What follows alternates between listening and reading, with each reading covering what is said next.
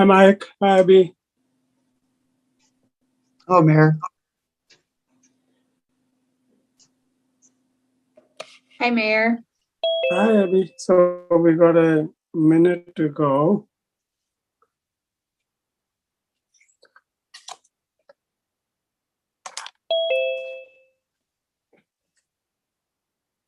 We have all the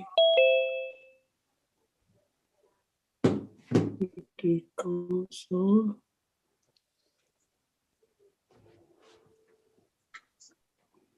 Well, still a minute to go. I think we have all the city council, do we not? I think we do.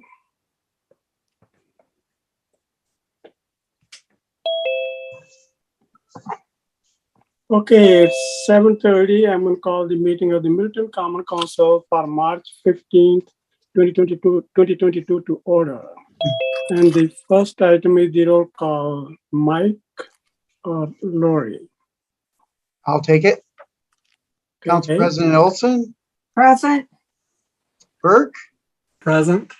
Nelson,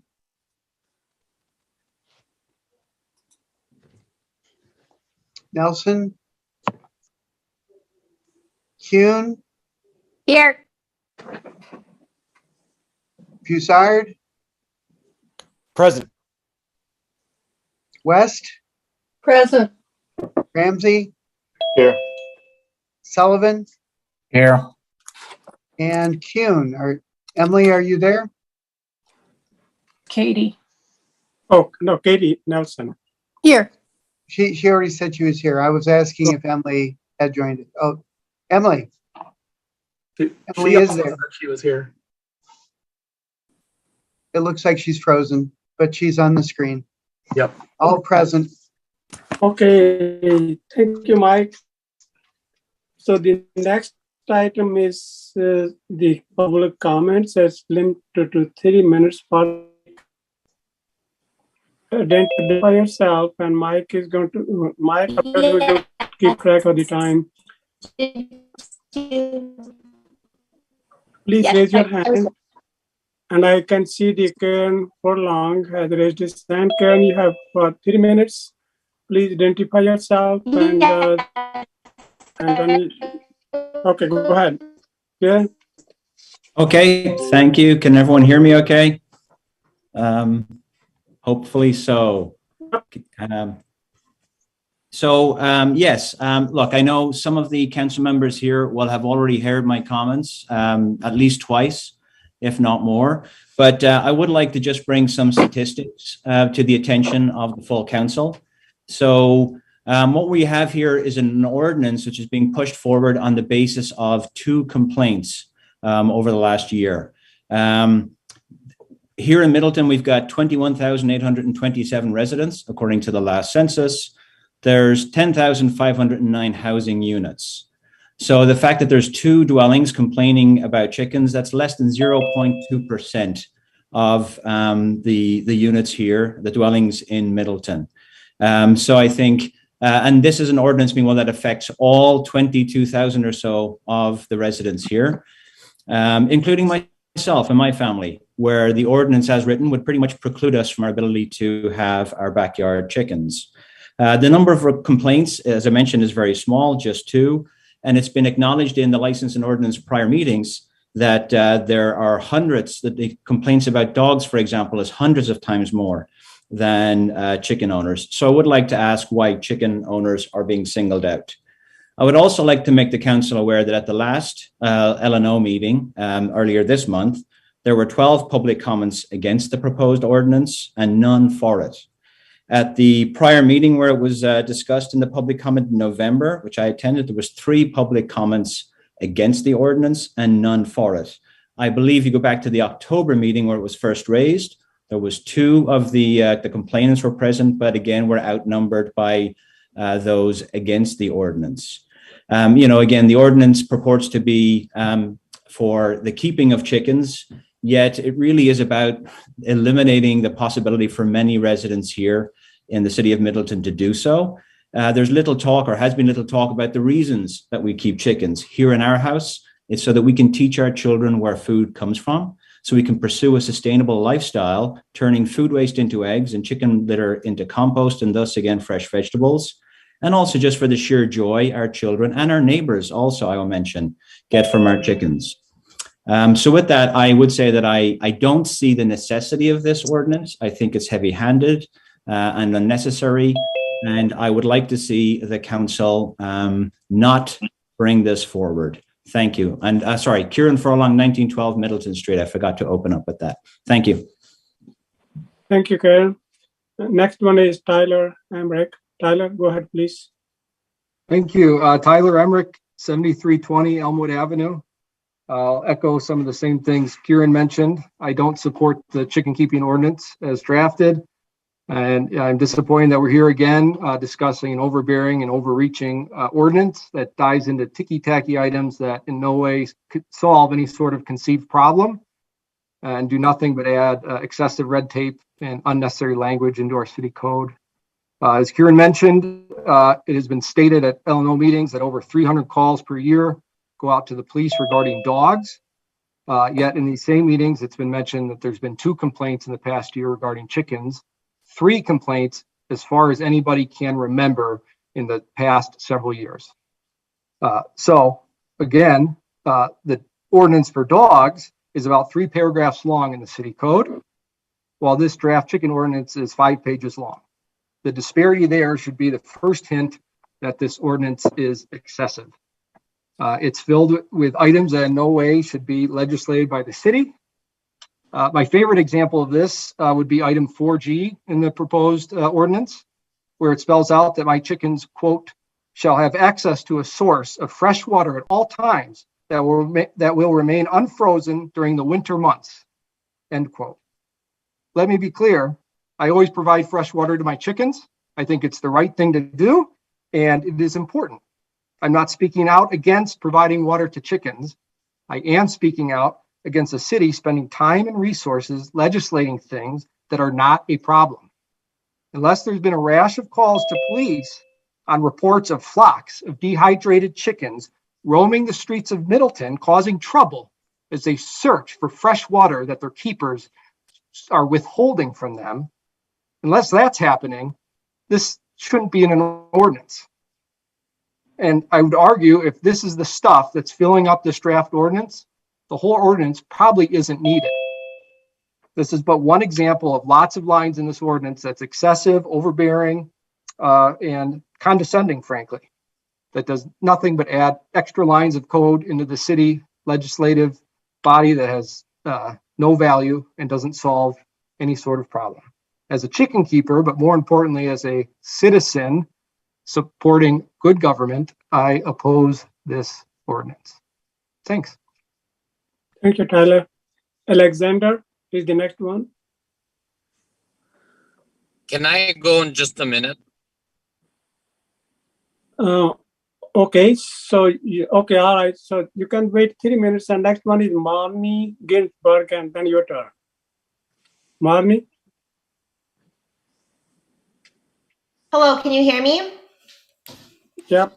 Yeah, hi. My name is Marnie Ginsburg, and we live at 7101 Franklin Avenue in Middleton. And we have lived in Middleton for 10 years, and we've been a chicken keeper for about 8 of those. We started, that was one of our main things before we moved into Middleton, was to check whether we were allowed to have chickens, because that's something we really wanted to do when we bought our first home. And we're very happy to be in Middleton. And our flock, we have 6 chickens right now, and they are our pets. And so we, okay, so it's important for our kids to be a part of raising the chickens with us. They learn about the sense of responsibility for caring for something. They also learn about the whole life cycle of a chicken. They got to raise them from chicks, which was a really neat experience. And then they were able to, sorry, kids in the background. So yeah, they were able to raise the chickens with us, and then they're able to help us with the composting and then see that we use that to grow vegetables in our garden. And then we're able to use the scraps from our kitchen and recycle them as well. And our kids learn a sense of responsibility. Sorry, the kids just walked in the door. So also it's been a great opportunity for us to create a sense of community. We've met a number of our neighbors through raising chickens. Either they were raising chickens and we were able to get to know them and learn about raising chickens from them, or we were able to meet our other neighbors and they were excited and we've shared eggs with them. And so all of our neighbors are very supportive of our chickens, which has been a really great way to build community. So we raise chickens because of the sustainability and the just making us good citizens as well. Thank you. Thank you, Marnie. The next one is Kladinsky. Alexander. Hi, thank you. Thank you so much for letting me speak. My name is Alexander Kladnitsky. I live at 7101 Franklin Avenue. And me and my wife and kids have been raising chickens for over 10 years. And we urge the council to vote against this ordinance. We really enjoy raising chickens. I spend a lot of time, sometimes just me and my son, for example, will go out into the backyard and just watch the chickens, and it's fun. We currently have 6 chickens, and I like having 6 chickens. This ordinance would make it so we could only have 4 chickens. And it just seems overbearing. You know, when I look at the dog ordinance or the cat ordinance, those are much smaller. They're more about making sure that your dogs and cats aren't roaming the streets. And I think that there's just nothing like going to the backyard and getting in some eggs to bring home. And I worry that with this ordinance being so restrictive that slowly new people wouldn't start raising chickens and it wouldn't be something that continues here. And I remember there was some times when some kids were passing by with their parents and they knocked on our door and said, "Hey, do you guys have chickens? Oh my goodness, can our kids come see them?" So it's just provided so much wonderful community. I mean, I feel like a number of people that we're now close with in the community, we met through chickens. There's a good neighbor that before we got chickens, we knocked on their door and said, "Hey, we see you have chickens. We're thinking about getting chickens." And it was just wonderful. And so I'm not sure that I see where the need for this ordinance is coming from. If there's a neighborly dispute, hopefully there's a different way to resolve it than through an ordinance. Thank you for your time. Thank you so much, Alexander. Next one is Alan. Koskalen. Thanks, Mayor. Hi, my name is Alan Koskelen. I live at 7211 Elmwood Avenue. I'm here to also express my support for residents continuing to keep chickens and my opposition to this ordinance that's being brought forward today. At multiple committee meetings, residents demonstrated overwhelming support for chicken keeping as it brings value to our children, our neighborhoods, our community, and the environment. I previously spoke to this council regarding the benefits of keeping chickens as I saw them. In the committee meetings, we also discussed numerous problems with the ordinance, and like the ones that are being brought forth tonight. And there's far too many for me to list, but I'll give an example of an unintended consequence that something like this could have. An ordinance like this would affect zoning and land use, such as the ability to have both an accessory dwelling unit and a chicken coop in close proximity. So as our city works to increase housing density, we can't let an ordinance like this undermine our broader values. I'd like to point out that this ordinance comes here without recommendation from the committee, and it's not just because of an inability to find common ground, but the process itself brought to light a fundamental problem with the premise of the ordinance, which was that we need to prosecute chicken owners. If we're committed to sustainability, and if we value our proximity to local and organic food production, if we are to be leaders, we can't just look to a spreadsheet of what others are doing. We must look to our community values and use those to guide us in making the right choices. This ordinance should be tabled. If there's anything to work out on the topic, it should go to zoning. And I propose we start with a proclamation or a resolution supporting or even encouraging residential chicken keeping in our community. Thank you. Thank you, Alan. Next one is Hans Silbert. Thank you, Mayor Brar and council members. I'm speaking against regulating the keeping of chickens, especially in the form of requiring a license rather than through land use and zoning. And I think we've all heard somebody say there ought to be a law, and then fill in that they don't like something and there should be regulations against it. And in order for that statement to be said, they have to have something that they don't like exist. And I think laws are great ways of preventing problems in the future, but they certainly aren't very good at fixing problems that already exist for various reasons. The city attorney stated that the proposed ordinance is being driven to deal with an existing problematic coop in the location of it. He also stated that there's alternative ways that the city can pursue to get that problematic coop relocated. Particularly, I think he was referring to under Chapter 17 nuisances. It's been said that it's a lot of work to enforce nuisances. Well, that could be true, but I think L&O's time and the council's time, if they want to work on ordinances, would be best spent to reinforce the definition of what nuisances are and make it easier for an inspector to go out and determine whether a nuisance exists under that ordinance rather than to have to be so subjective. If you're going to try to come up with standards for things like keeping chickens, I would encourage you not to rely on what other municipalities have done. Residents in other municipalities have had their chance to work through the government process and provide input on what works for them in their communities. We have so many people commenting at License and Ordinance Committee that are already chicken keepers in Middleton and are saying that various things have worked without creating nuisances or problems in their neighborhood. Then it doesn't make sense to create minimum standards that are more strict than what has already existed and worked. You need to listen to your constituents when forming these requirements. So I hope that the council finds that a new ordinance isn't necessary for dealing with a single or two nuisances that may exist. I hope that we could work through that with alternatives without having to require licenses for people to keep chickens. And I hope if you do find that chickens need to be regulated or their keepers need to be regulated, that you can do so through zoning law rather than through the licensing process. Thank you very much. Thank you, Hans. Next one is Julie Winkleman.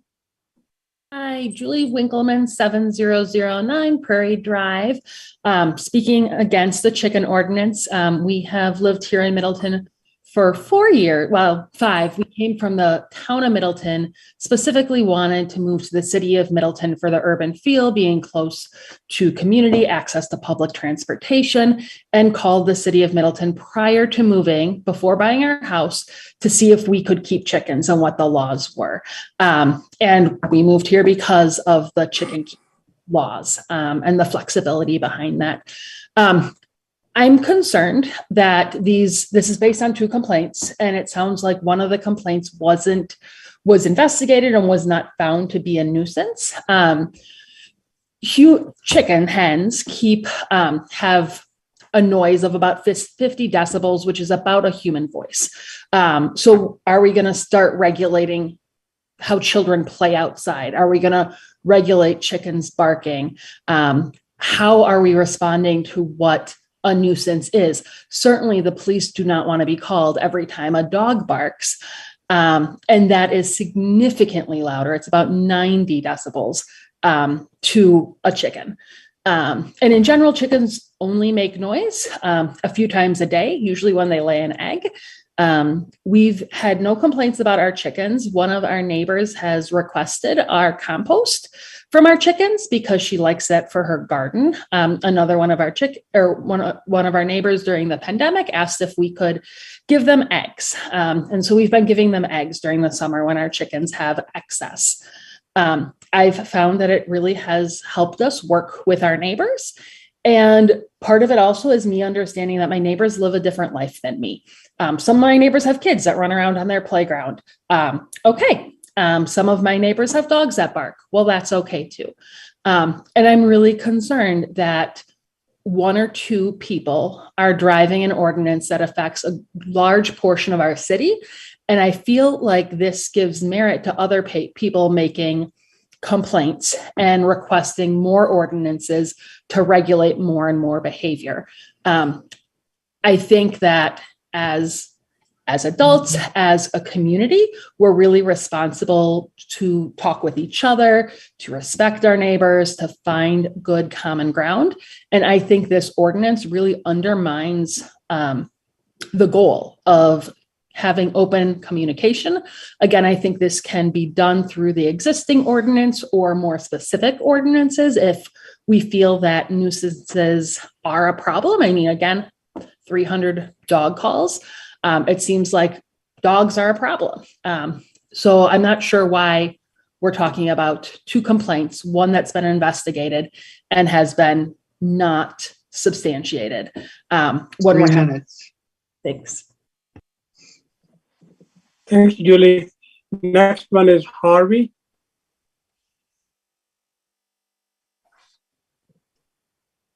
Hi there. I'm Harvey Whitty, and my wife Sandy and I live at 7128 Hubbard Avenue.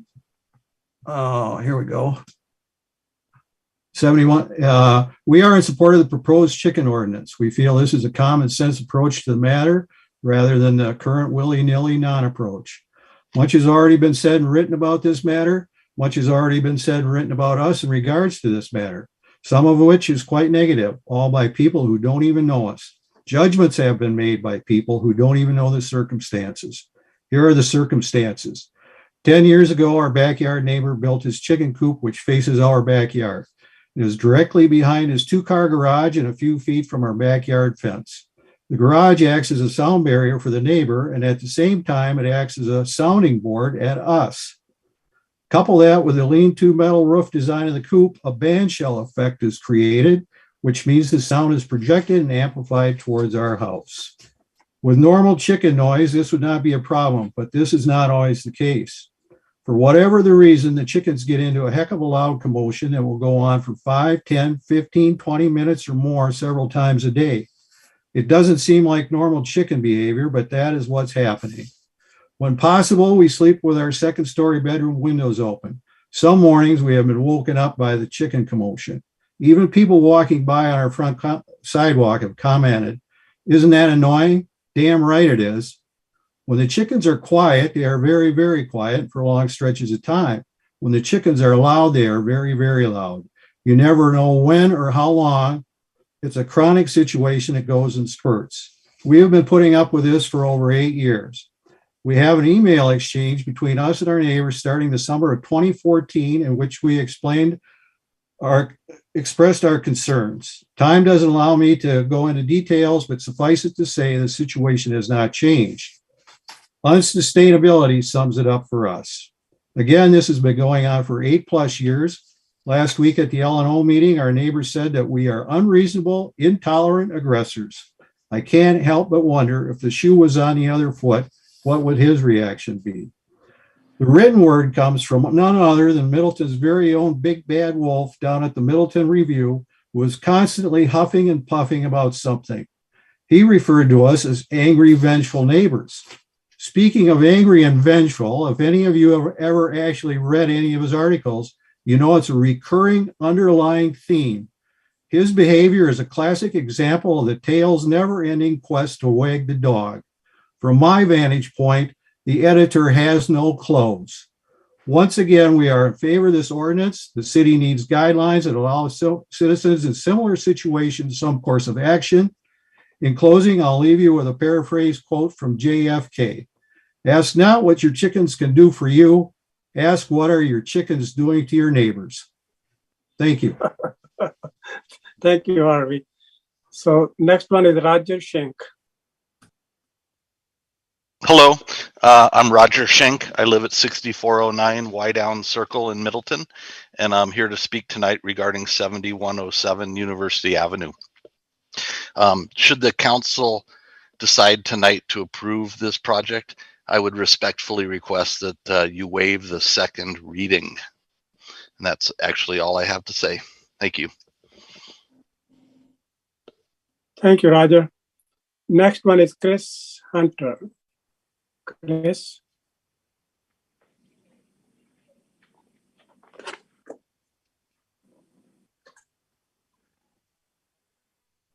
Chris, you are muted.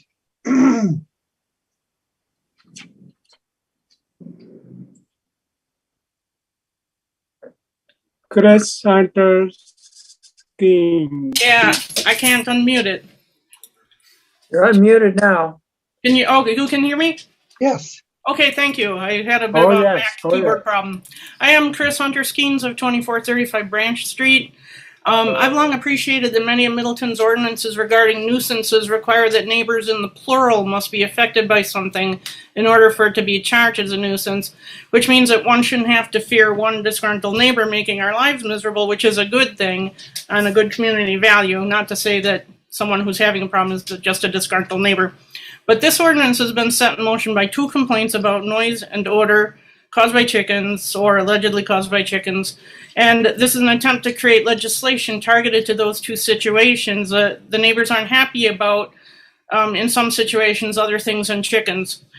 We all know that there's ordinances that cover noise and odor in the public nuisance section, and we've asked why those aren't being used here. And in the LNO meeting, we were told this nuisance ordinances don't work. And we're told that when a complaint gets filed, almost every time, by the time an officer or inspector gets there, the situation's no longer happening and it's taking a lot of city time. I don't understand and want to raise the question, why is the response, we just have to try harder to catch them? Why isn't the response, we went and couldn't observe that, so we found them in compliance? Or why isn't the response, hi, I'm your alderman, let me sit down with each of your neighbors and negotiate this? So this chicken ordinance is being put forth as a means to create a new way to apply public nuisance ordinances to a targeted community of chicken owners. And it has a lot wrong with it. It makes owning chickens more expensive. It doesn't say how taxpayer money is going to be raised for permitting and inspection. And I question how much faith that this actually will solve the problem, because there's a line in there that states, even if you're in full compliance, you can still be charged under noise and odor ordinances. So if it were effective, why does that line need to be there? So I don't believe it will solve the problems that have arisen. Chicken owners are trying really hard to be heard. We've attempted to edit. We met with Jim and Kathy for 4 hours and changed many, misguided or incorrect or punitive sections. And then in this new 3rd revision of the law, many of those things are back in there. They removed the very definition of a hen and a rooster, plus a statement requiring that killing of chickens must be done humanely when it must be done, which makes me very sad. So if the city has to work so hard to document a problem and spend so much time of officers and inspections to chase down a complaint, I just question, why is more of that the answer? Perhaps it needs to be solved by negotiating between neighbors. I don't believe it merits harming the enjoyment of backyard chickens for the whole rest of the city. And I'm asking you to vote no, but to refer the most useful thing about this, the 25-foot setback from neighbor dwellings, to zoning, because that is one thing that could help these situations. And I just want to remind you that chickens are not velociraptors. They're really quite nice. And thank you. Thank you, Chris. Next one is Edgar Spalding. Thank you, Mr. Mayor. I'm Edgar Spalding, Carrie Urban, live at 7417 South Avenue. We've kept chickens for at least 12 years. We've never had a single complaint. Our neighbors, in fact, enjoy our chickens. And I can tell you that this proposed ordinance, which we oppose, has caused a great deal of upset. It's caused a great deal of upset across the city. It's caused more upset than any chicken has ever caused. And that's because the the ordinance impinges on a activity and a hobby and a lifestyle that is popular and is sustainable and is completely consistent with what the city purports to support. In fact, please read your own mission statement. And much has been said about what other communities are doing. I urge you to view that a different way. Nobody has checked to see if the other communities, as far as I know, has checked to see if the other communities regret what they have on the books. Nobody has asked to see if those ordinances have helped those other communities in any way. I expect if you ask those people, they would say either they don't work or they don't use them, or they'll say, we wish we hadn't put them there. I think it's very possible. But as far as I know, people have made lists, but they've never asked to see if they're effective. Since I've been raising chickens a long time and know how they enrich our community, I really doubt that it plays out any differently in the other communities. There is no need for this ordinance. If you started from scratch and said, let's survey the city and see, okay, we have 2 complaints. That by definition is what is a non-problem. So the data that we have right now is evidence that you don't need an ordinance. You could hardly have stronger evidence indicating you don't need one.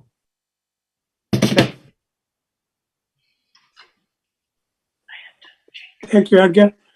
Next one is Janine Bindle. Hi. I want to say first, thank you to the Common Council and Mayor Barr for taking our comments. My name is Janine Bindle. I live at 7302 Elmwood Avenue. And I would like to voice my opposition to the chicken ordinance, both as it is written and in concept. Many others on the call have offered thoughts that I agree with. And for my part, I would like to focus on 2 things. First, the emotional aspect of chicken ownership. Our family specifically cares for 8 chickens, each of which is named and has a personality. We have 2 children who care for the chickens, carry them around, and interact with them like some may a cat or a dog. And I ask that you consider regulations around chicken ownership. I ask that as you consider regulations around chicken ownership, that you apply an equitable lens to all pet ownership and consider the number of complaints around chickens that the city has on file versus those that they have against dogs, and whether or not the approach being taken here is personally motivated or if it is truly in the best interest of all Middleton residents. Secondly, I would like to share a little bit of information that I've gathered from Middleton residents. As a constituent in this process, it has come to my attention that no residents, aside from the 2 specific complaints, were consulted for input in the creation of this ordinance. And as others have stated, when residents have been involved in the editing of the ordinance, their work has been removed from the working document before the ordinance has been presented to the L&O committee. So as a result, I put together a survey to solicit input from Middleton residents on their perspective on chicken ownership.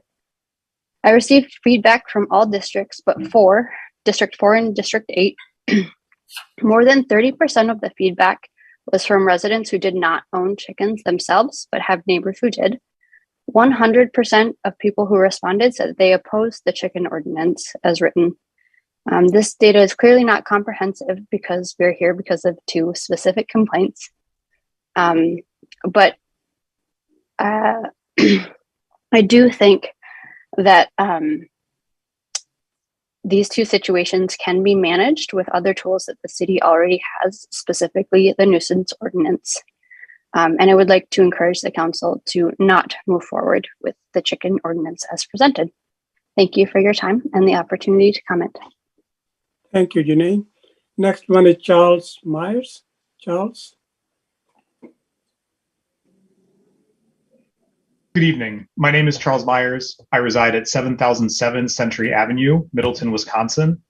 And I must admit that I am walking on eggshells tonight. And I speak exclusively for myself and not for any organizations or workplaces that I am affiliated with. I do not own or want to own chickens. However, I see that on tonight's city council agenda, we have an extreme ordinance proposed that would restrict the ownership of chickens. Someone apparently feels that chicken owners have flown the coop and must be brought back to the roost. There isn't a clear need for this ordinance, though. Chicken nuisance is already regulated under Chapter 17, Section 4J of Middleton's Ordinances. That is the event that the birds are actually a nuisance. With only 2 ordinance violations, and as long as anyone can remember, I think it's fair to say that complaints against chicken owners have been rare as hen's teeth. The proposed ordinance seems to be someone winging it and forcing a group of law-abiding Middletonians who aren't bothering anyone to work around the clock to protect their pets. I know I'm laying it on a bit chick here, but instead of focusing on affordable housing, workforce housing, public transportation, the community campus, sustainability, the 80 to 100 decibel semi-trucks that drive through the downtown, or even that thing that begins with an A that I won't name, a little over a mile due west of where I live. Folks have wasted how much time from community members, city staff, and others for a restrictive ordinance meant to solve a problem already addressed by what we have on the books. I hope that so far in this comment, I haven't laid an egg, but searching for a problem to solve and ignoring public input would be clucking nuts. And I hope that the excellent people of City Council set a good example and vote this proposal down. Thank you, Charles. Next one is Dominic. Hi, thank you for the opportunity, and thank you all for your work on behalf of the city. I'm Dominic Bindle. I live at 7302 Elmwood Avenue. And like many others, tonight I would encourage you to vote against adopting the proposed ordinance to permit the keeping of chickens. Following the first draft of this ordinance, like many of the chicken keepers in Middleton, I've sought to understand why such an ordinance is needed, what problems it's aiming to solve, and what problems it would indirectly create. I've spent myself well over a dozen hours in conversation with city staff, city alderpersons, and chicken keepers. In sum, I've learned the following. I've learned that over the past 3 years, there have been exactly 3 chicken coops or flocks elevated to the attention of the city. The first issue was accompanied by a formal complaint and was promptly resolved when the originator of that complaint relocated for unspecified reasons. The second issue has never manifested in a formal complaint, but has rather come to the attention of older people through personal relationships. A third issue has resulted in a formal complaint, a citation, and appears to be the sole motivating force for this ordinance. I've learned that there are dozens of coops in the city. While I do not personally know every single chicken owner in the city, every single coop or flock that I'm aware of is affected by this draft of the ordinance, 100% chicken keeper impact rate. I've learned that the primary coop motivating this ordinance is in the middle of a complex and historical neighbor dispute involving various invasions of privacy and hostilities. I've also learned that city staff does not believe that the draft ordinance you see before you will ultimately resolve the conflict at the root of the only issue it was designed to address. Enforcement of this ordinance will demand a significant contribution of time and energy from city staff, all to address this problem it cannot solve. Enforcement of this ordinance will require dozens of chicken keepers to move coops which are structurally bound to the earth and contain buried wire lath, and or eliminate pets from their flocks. I've learned that the motivation for this ordinance is to address concerns extending from noise and smell, the noise and smell of chickens, as distinct from the noises and smells related to backyard composting, dogs, garbage bins, snowblowers, or raucous teenagers. Despite this learning, however, it remains unclear to me how this ordinance proposes to be more effective than existing provisions in Chapter 16, Section 2C, which states in part, "No person shall keep or allow to be kept any animal or bird which shall habitually by any noise tend to unreasonably disturb the peace and quiet of any person in the vicinity thereof," or Chapter 17, Section 2B, which states in part that no excrement of animals, birds, or fowl which are buried or otherwise disposed of in a sanitary manner within 24 hours shall be allowed. This ordinance will not solve the problems it's drafted to address. It's going to cost the city money and time, and it's going to cause an undue burden on chicken keepers across the whole city. I'd encourage you to vote against it. Thank you. Thank you, Dominic. Is there anyone else who may want to speak? Either raise your hands, or if you are on a telephone, you can start to speak. Mike, I don't see any raised hands. Do you? I don't either. Is there anyone else want to speak on the telephone? I don't see that either. Hi, my name is Debbie Gaffney Dilly, and I would like to have a chance to speak. Go ahead, Debbie. Hi, my name is Debbie Gaffney Dilly. I live at 5405 Jonquil Court in Middleton, Wisconsin. I'm here to speak against the ordinance.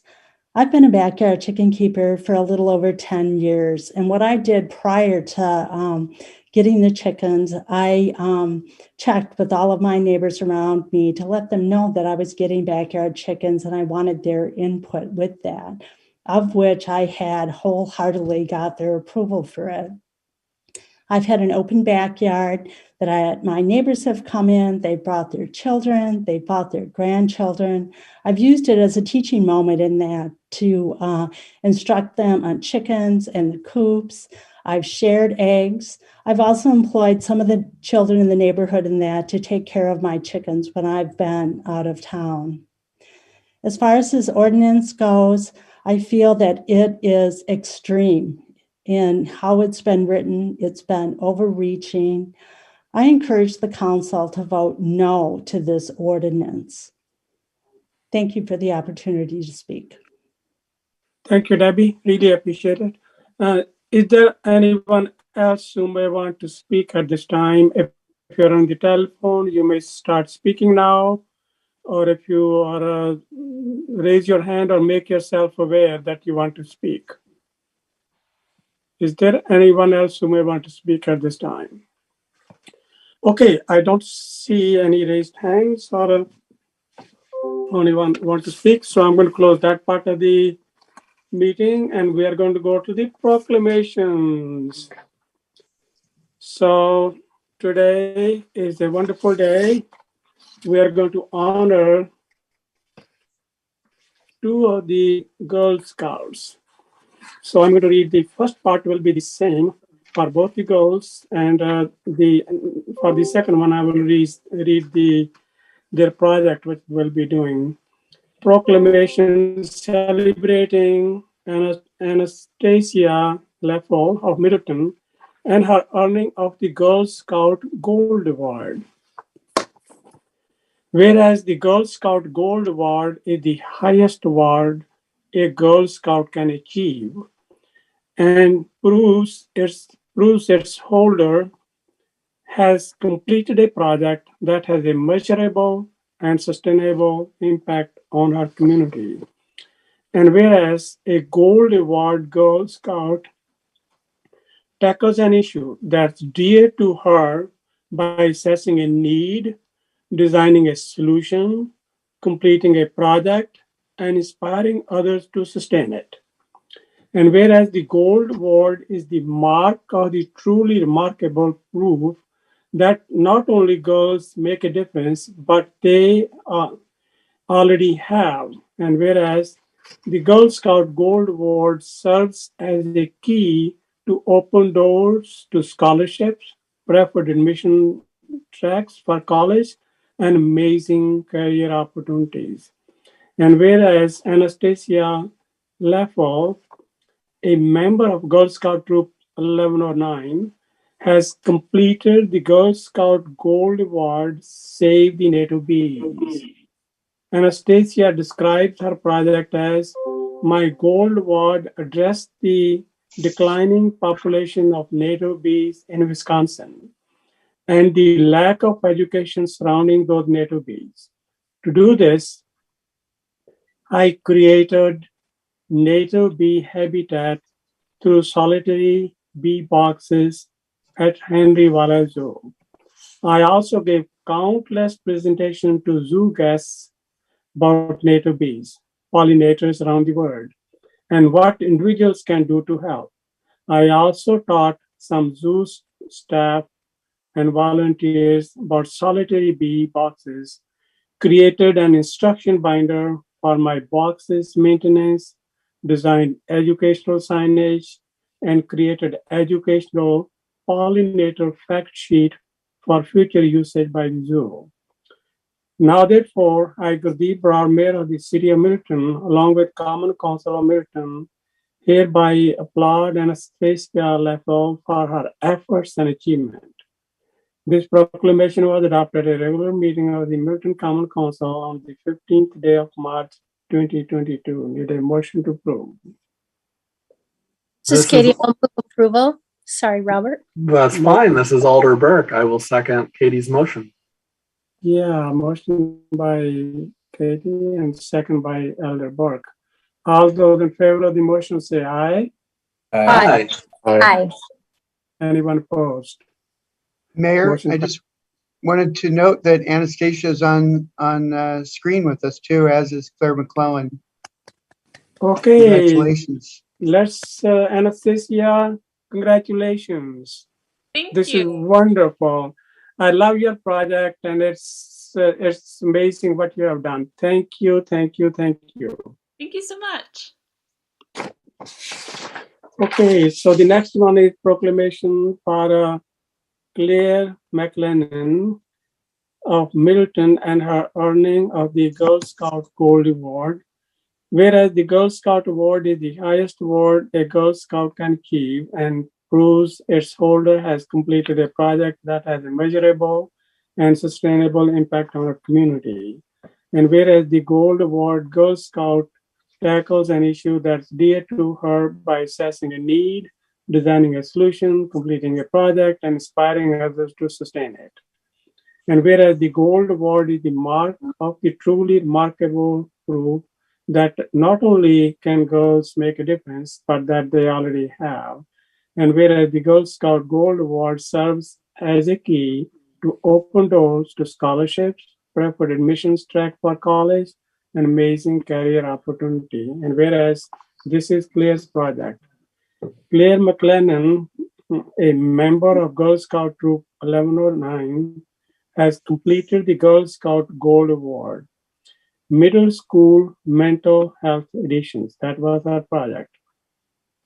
Claire describes her project as I made a piece of curriculum for sixth graders at the middle schools in my district. It includes information about mental health, what mental health is, what are mental health disorders, some example and strategy on how to manage them. There is an online resource sheet for sixth graders to learn more from and a pamphlet that they will be able to bring home to discuss with their parents. The goal of this project was to help increase knowledge about mental health at a younger age, decrease stigma, and give kids a way to get help sooner. A great project and timely and was needed. Now, therefore, I, Gurdeep Brar, Mayor of the City of Middleton, along with the Common Council of Middleton, hereby applaud Claire McLennan for her efforts and achievement.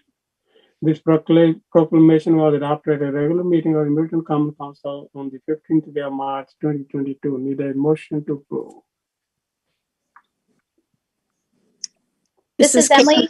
I'll make the motion. Okay, motion by Elder Emily Kuhn, and need a second. I'll second. Second, Katie. Elder Katie Nelson. Okay, all those that are in favor of the motion say aye. Aye. Aye. Anyone opposed? The motion passes unanimously. Congratulations, Claire, and thank you for doing this wonderful job. Thank you, thank you. And congratulations. Okay, now we are on to the next item, which is the approval of the consent agenda. Need a motion to approve. This is Alder Robert Burke. I would make a motion to approve the consent agenda. Need a second. Ramsey, second. Motion by Elder Burke and second by Elder Ramsey. And the consent agenda has Common Council minutes, audit of the bills, and application to amend the officers for the alcohol beverage license held by Costco. All those in favor of the motion for the approval of the consent agenda, say aye. Aye. Anyone opposed? Motion passes unanimously. We are on to the old business, Mike. So this is the pandemic response discussion and direction from council.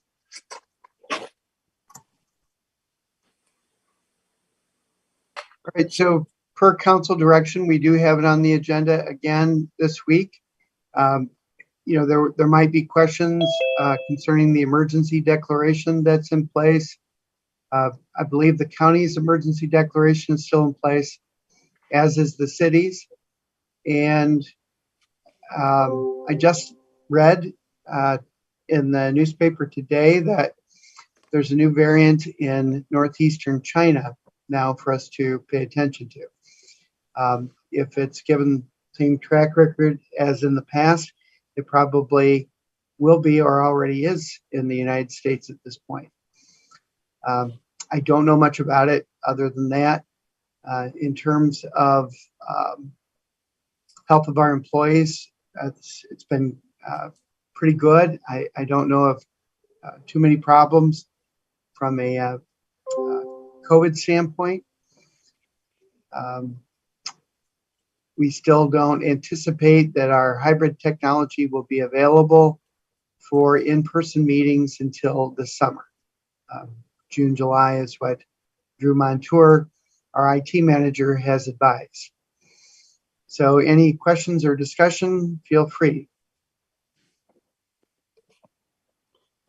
Thank you, Mike. Any questions for Mike or anybody wants to? Okay, Luke. Well, Elder Ramsey and then Elder Luke Broussard.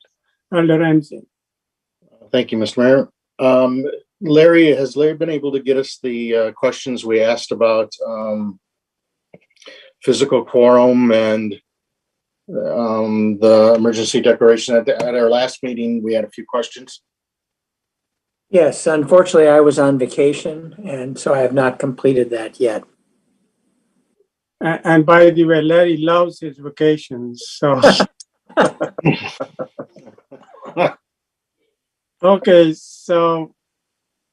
Well, I'm just gonna make the same statement I made last time. I think that it's important that we get back to in-person meetings. I think we have an obligation to get back to in-person meetings. I don't think that we can use, with everybody going back to school and going back to work, I don't think we can use as a council an emergency declaration as an excuse not to come back in person. Thank you, Elder Ramsey. So the next one is Elder Luke Broussard. Yes, thank you. Question, Mike, are city employees required to be in the office at any point over the course of the week? Well, we've been allowing employees to stagger their times and work remotely. So it's fairly decentralized by department, adjusting to the needs of each department. But I'm satisfied that we always have coverage in our offices. My only the reason why I ask is if we are going to ask that the people who work to ensure that this city continues to work for us, I think, and we're going to ask them to at least spend part of the time in their office in the building, that we can follow suit and do the same as a council. Perhaps it is a sense of not every meeting, but it may be every other or therein. I just think it would be good, it show good faith that if we are going to ask something of one group of individuals, that we would be willing to do the same ourselves.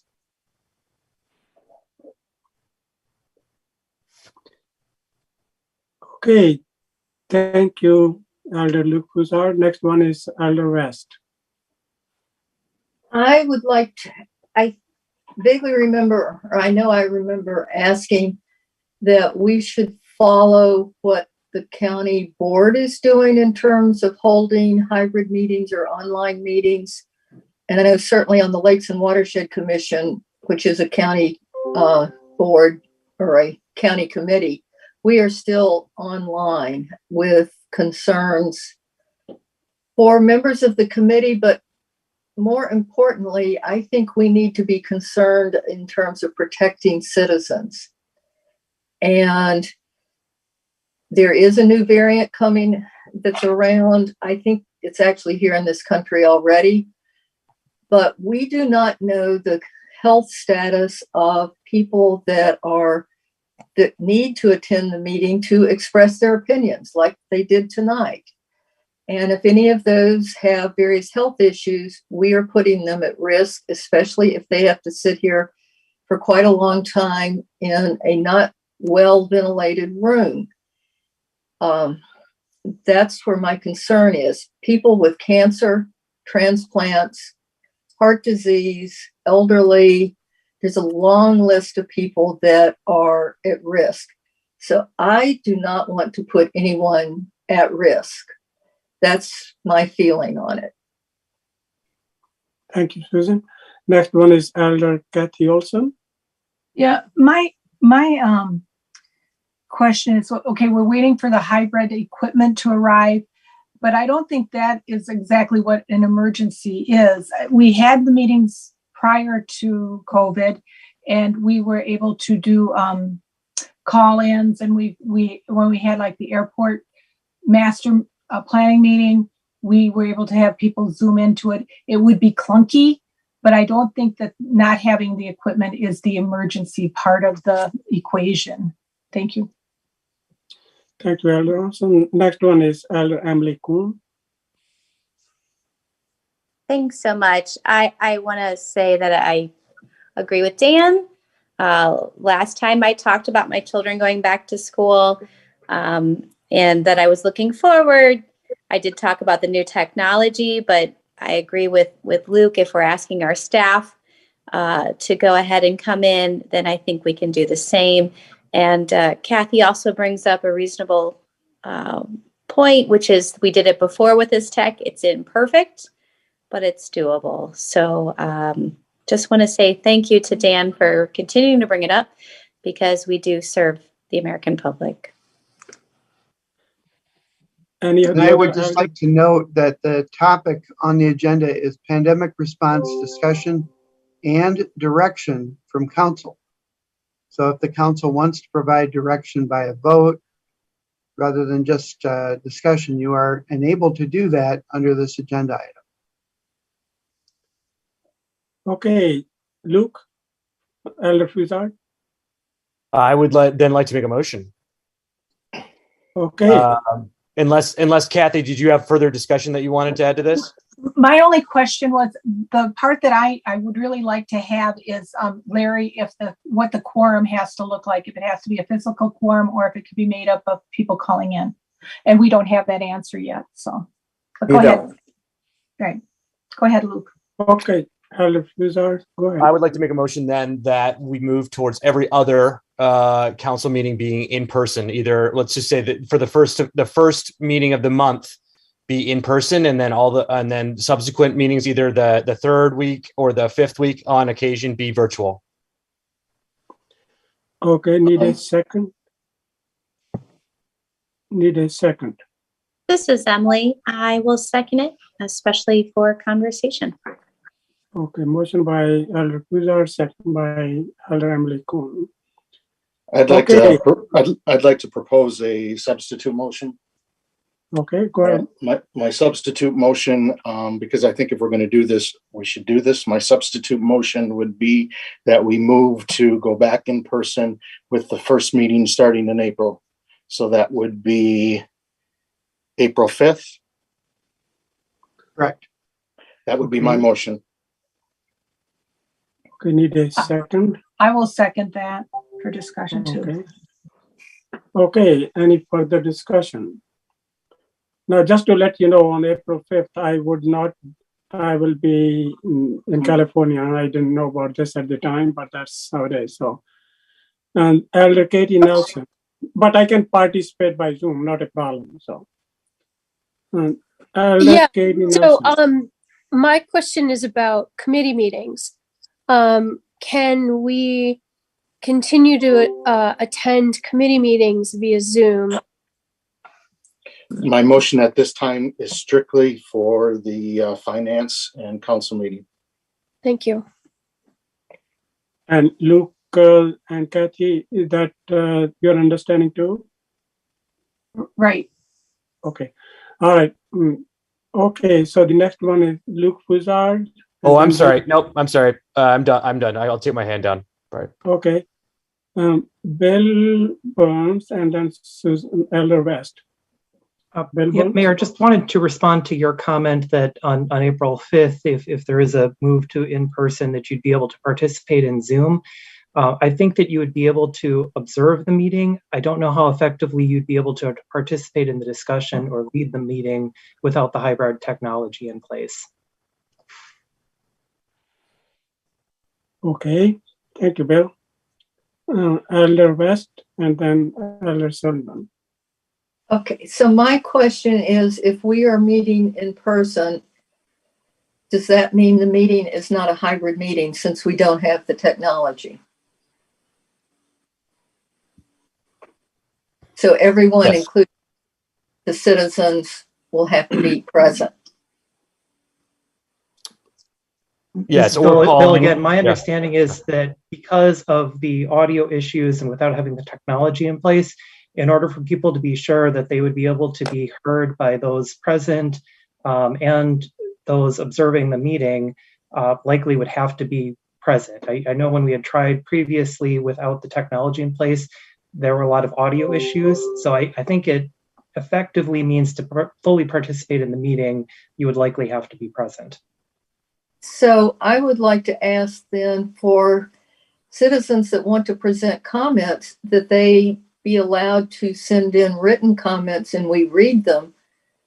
I don't like the idea of having to force someone that has a health issue and doesn't feel comfortable sitting here to come in and potentially risk getting infected. And are we going to be requiring wearing of masks? Okay.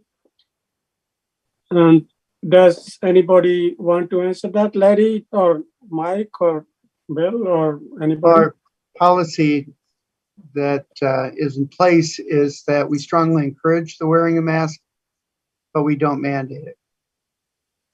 Okay. Okay, but what about for citizens that want to speak but don't feel comfortable coming in? Does that mean they have to risk their health or not be able to be heard? Well, they're always welcome to send email or write, so we could read them. I don't think that would be an issue. So but that needs to be a clearly stated policy and put in our actual agenda so they know they can do that.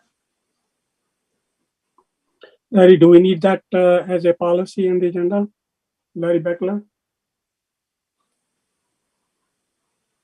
I think that if the council wants to disseminate that broadly, it would be appropriate if the council, in the council's discretion, to do that.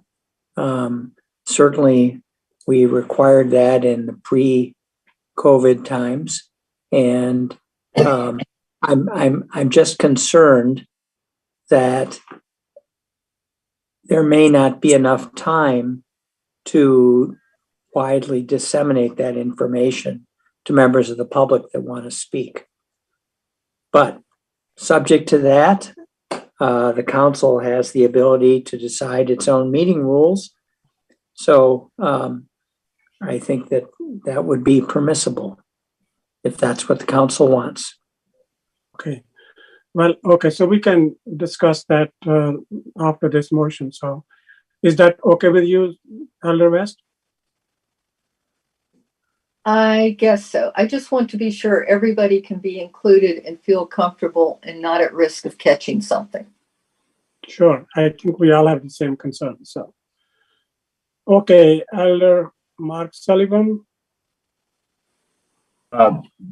Dan, I would ask that if you were going to make the motion that you did, that you would include personnel, since it's scheduled for the same night as finance and full Sure. council. Yep, I'll be happy to do that. Okay, so is that okay with who seconded that? I imagine I so. did. I'm sorry. Okay, I seconded. Yes, that's okay. absolutely perfect. Fine. Okay, all right. Okay, Elder Kathy Olson?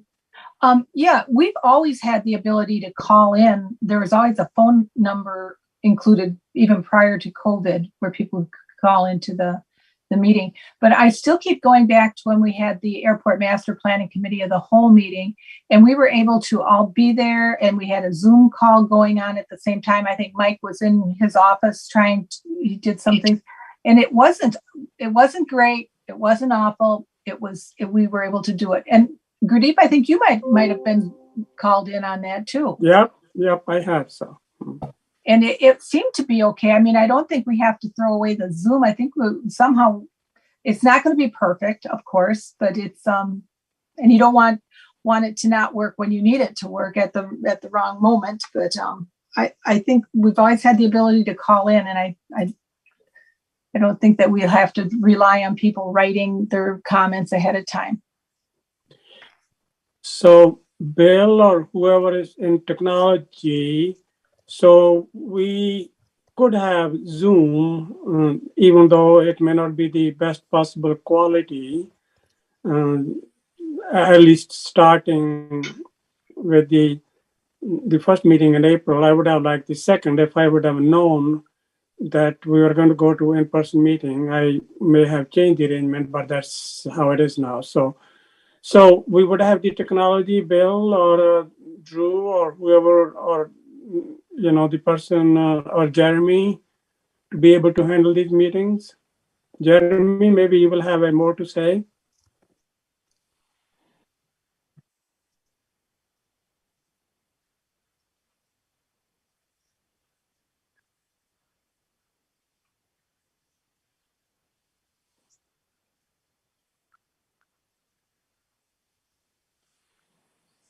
Yeah, before we went to virtual, yes. Mm-hmm.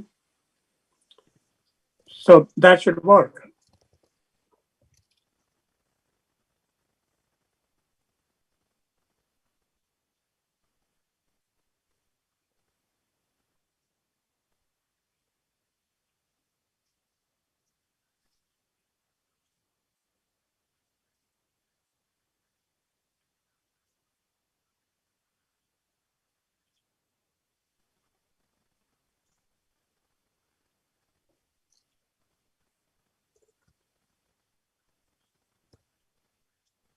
Okay. Well, if there are problems, there are always solutions. So we can always work on that. So, okay. Any further questions or comments? Just a question for Dan, who made the motion. Yeah. Do you want that to apply to city staff as well? I think that if there's the thought that we're going to have the issues that potentially, I think that the city staff that is not running the meeting, and we just are asking for opinion, they can probably call in, and we can have, like when we asked Sean for an opinion, that he wouldn't necessarily have to be in person. But I think it's gonna, for whoever's running the meeting, they're probably gonna have to be in person. So what we were referring back to when we first started during the pandemic, I operated the Zoom from my office, and we tried to work out the sound in the room itself with Jeremy taking the video. So I would be in the building. I'm just a few feet away, but to run the Zoom. Now, it's possible somebody else could run the Zoom, and I could be in person within the council chambers. Okay, Kathy, Elder Olson. Yeah, could we all bring our iPads with us in case something happened and we weren't able to, and then we could just revert to Zoom, but we would be in the council chambers? We all have iPads now, so. Well, I'm sure we can, so I don't think that should be. Would that be helpful? Would that help us if something didn't work right. Probably a lot of Unfortunately, feedback. I don't think Bill and I have the technical expertise to help with that question. Okay. I don't know if Jeremy does either.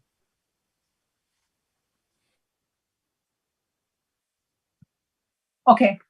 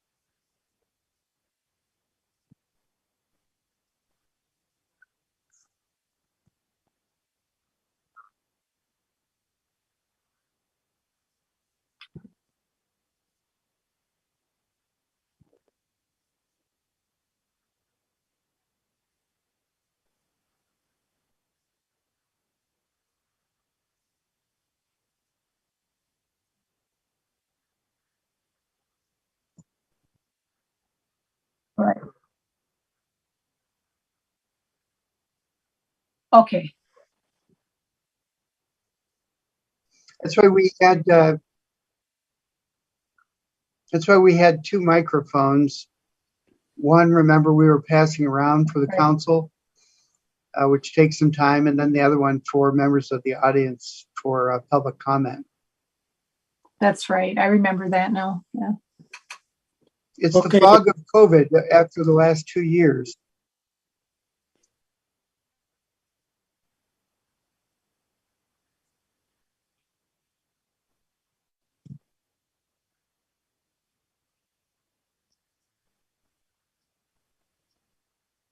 Well,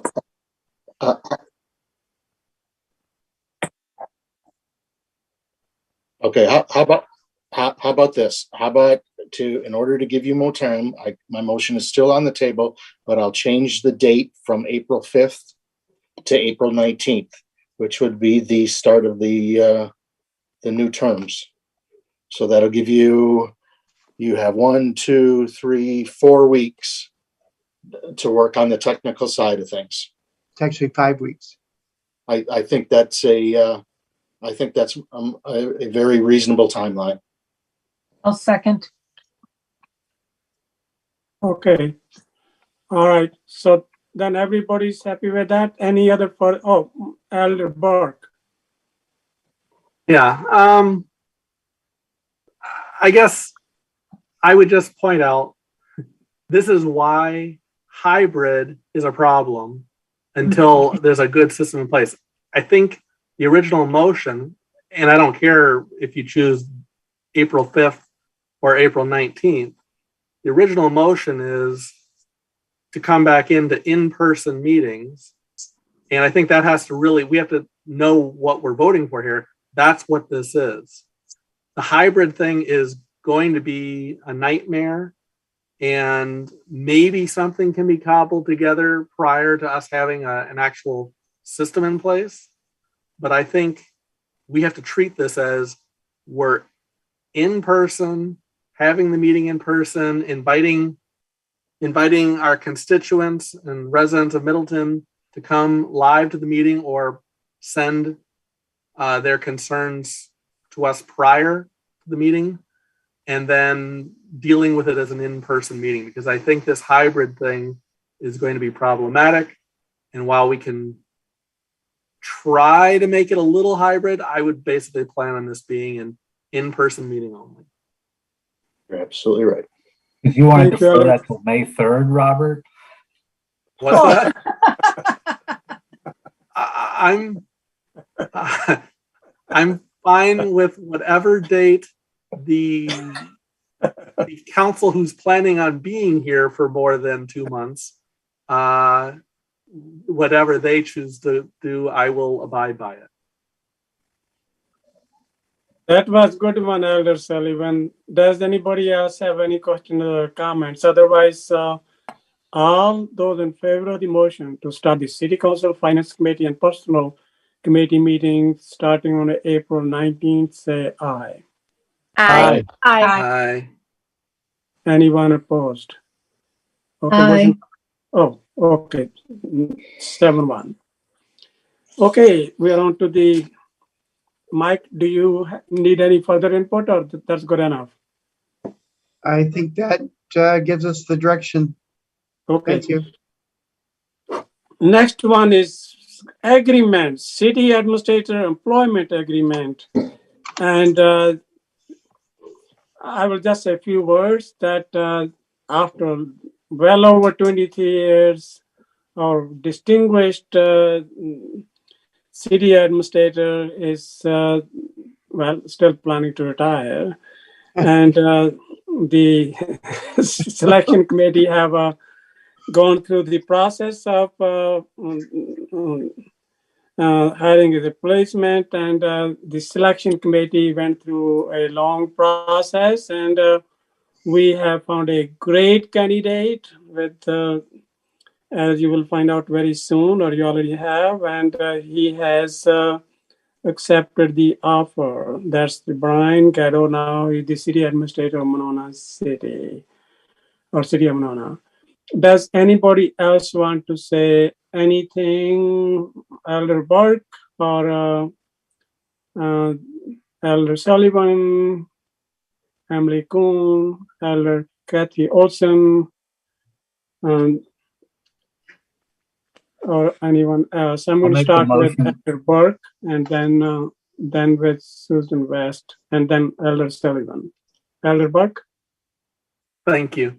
Yeah, I like you said, Gurdeep, I would like to really thank Mike Davis for his guidance over many, many years. I know I have benefited from his insight and just talking me through various issues when I had questions.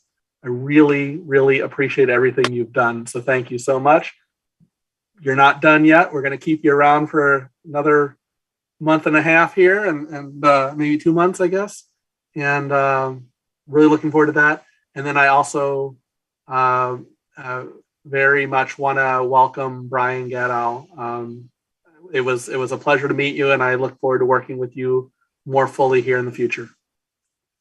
And he is on the call, by the way. Yeah. Excellent.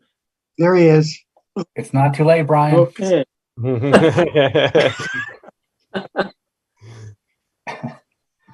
Yeah, well, I want to be congratulations, Brian. So next one is Elder Susan West.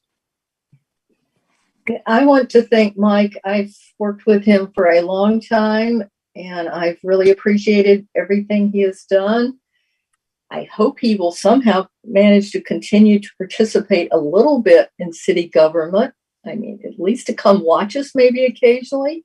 You only live right behind City Hall, so it's not a hard trip for you to get here. Mike, does the house come with the job? Pardon me? Does the house come with the job? Does Brian get to move in? No, Brian does not get to move in.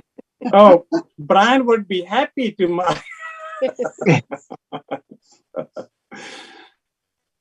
No, but Mike, I really appreciated all your help and wisdom.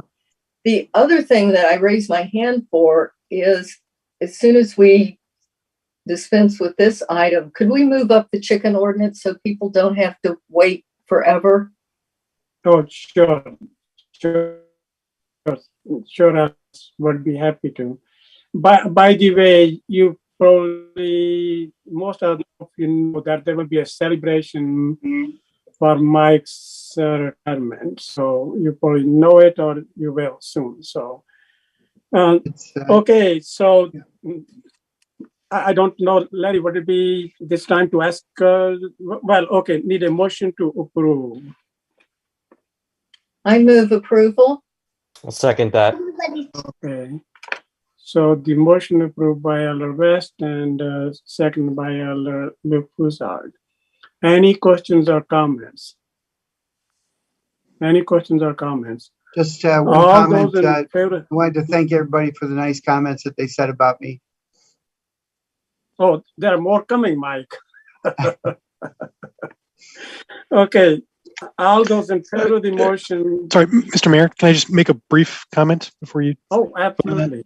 I just wanted to introduce myself to those council members that I didn't have the opportunity to meet Yes. over a couple Ladies weeks. and gentlemen, here's the Brian Ghetto. Thank you. It's a pleasure to see all of you virtually. As I've told many of the staff and those that I've made contact with over the last couple weeks, I'm very excited about the opportunity to come work in Middleton. I know I have very big shoes to fill in replacing Mike, but you have an amazing staff, and I'm really excited to get to work with all of them and get to work with all of you on all the important issues that are going on in Middleton. So, excuse me, I'm just very excited to get started on May 2nd, and I'll make myself available here during the transition to try to get up to speed with as many of you as possible in the next couple weeks. So thank you very much. And Brian, my shoes are only 9.5, so. Well, I'm 8.5, so I got about an inch. Okay, I got some growth to go. Well, thank you. You are both awesome. So the motion is to approve the city administrator employment agreement. All those in favor of the motion say aye. Aye. Anyone opposed? Wow, motion passes unanimously, Brian. So you should be happy. All right. Congratulations, Brian. We are going to move on. Thank you very much, the everyone. item which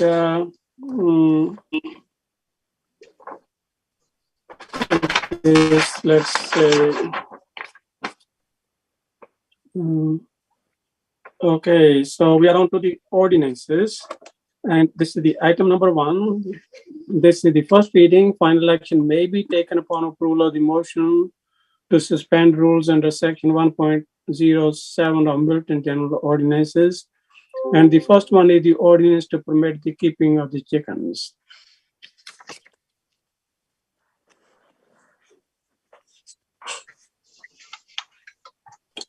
Does anybody want to say? I'll make this is Fazard. I'll make a motion to deny said ordinance. Okay, need a I will second. second that motion.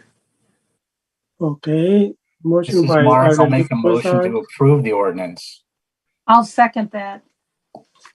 Okay, so, okay, I make now, Gurdeep, Mayor, may I make a third motion? sure.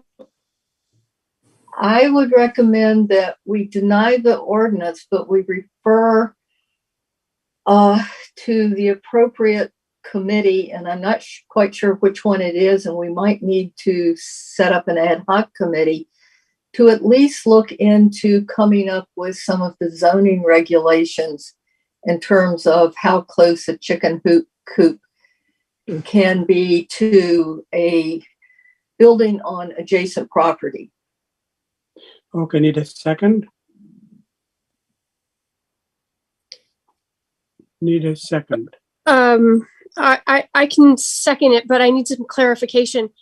Can we recommend it go to zoning? I mean, they are writing the zoning code right now. Do we have You a certainly zoning could. committee? Yeah, there's a zoning done with lead planning. committee right now, so. Well, this is Larry. As you know, our office strongly recommends not putting it in the zoning ordinance. This is a police power regulation dealing with use of property. We don't have nuisance ordinances as part of zoning. And most importantly, if, for example, you want to do spacing of coops in specific locations, putting it in the zoning code means that you're grandfathering all existing coops regardless of where they're located. So it's not an efficient way to incorporate those regulations. I mean, whether you adopt this ordinance or not is not what I'm talking about. That's your choice. But I would strongly recommend that it not be a zoning ordinance, regardless of what some of the commenters have said. So Larry, I have a question.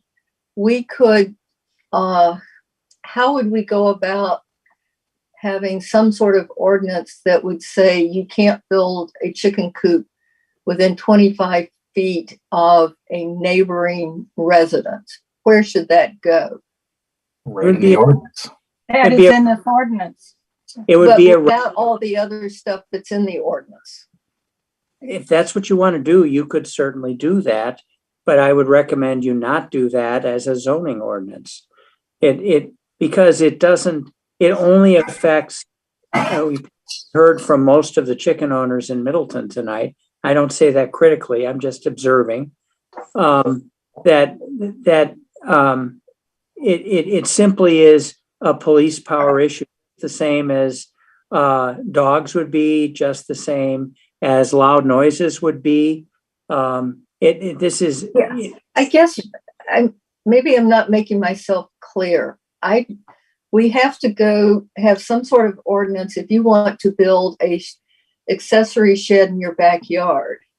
And that's what this is. Where does that go? An accessory use, if this were truly an accessory use, would be a zoning issue. However, this deals with relationships between neighboring property owners. And, you know, just as an example, you could make the same argument that signs, because they deal with the placement of a sign on a property, could be handled as zoning. But most communities have made the decision that, and appropriately so, that this is a police power issue, not a zoning issue, because of the specific problems that exist without having those regulations in place. So Larry, we could make an ad hoc committee to look into it, right? Of course. But I just want everybody to understand that from the viewpoint of your city attorneys, neither of us think that it's appropriately a zoning measure. It would accomplish nothing if it simply grandfathered every existing chicken coop, regardless of where it's located right now, which is what it would do if it was a zoning ordinance. So, Elder West, you want to make a motion that it should be sent to the ad hoc committee, former ad hoc committee? My motion was to establish an ad hoc committee to look at this issue. Okay, all right. Okay, so, and Katie, that's Elder Nelson, that's okay with you?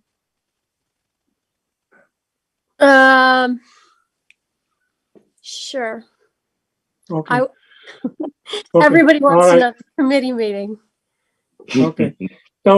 So I have Elder Kathy Olson has been waiting for a long time, and then that will be followed with Mike Davis and then Elder Luke Bouchard. Elder Kathy Olson. Yeah. I'm a little concerned, this ad hoc committee, is it to look at the chicken ordinances or is it to look at zoning? Yeah, it will be looking at the chicken issues. So. May I? Yeah. Comment? Yeah. My feeling is we need an ordinance that says that chicken coops should be no closer than 25 feet to the adjacent dwelling on the adjacent property, and that chickens should be in an enclosed area. Is what I'd like to see come out of this. And hopefully that could protect the chicken owners, but also potentially, maybe, hopefully solve some of these issues. But it doesn't need to be the detailed ordinance that's in front of us.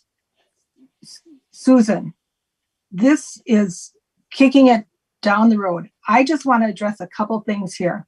We have heard about dogs and how many complaints dogs have. We have approximately 5,000 dogs in Middleton, and if we have 300 complaints, that's an appropriate number. It's not an excessive amount. This is before us tonight because one chicken owner, there's other issues, but there is a chicken owner that chose to build their coop within several feet of somebody's home, within several feet of their dining room, bedroom, air conditioning unit. And there's respiratory issues there. And this was an intentional and done intentionally by the chicken owner. And they refused to move the coop. And this is not a little hen house. This is what the chicken owner has said is the chicken palace. And it's when I think of people have a right to be able to enjoy their property. They can't even go out and enjoy their property because of the air and stuff. I mean, this is not an insignificant thing that's happening. And I cannot, they have been dealing with this since last summer. We let this go. We put the ordinance out there and we let the chicken mediators work on this for over 3 months, and they were unable to resolve this problem. They say because it's a neighbor issue. You bet it's a neighbor issue. Somebody builds a chicken coop that close to my house, I have an issue with it. I grew up on a farm. I grew up with chickens.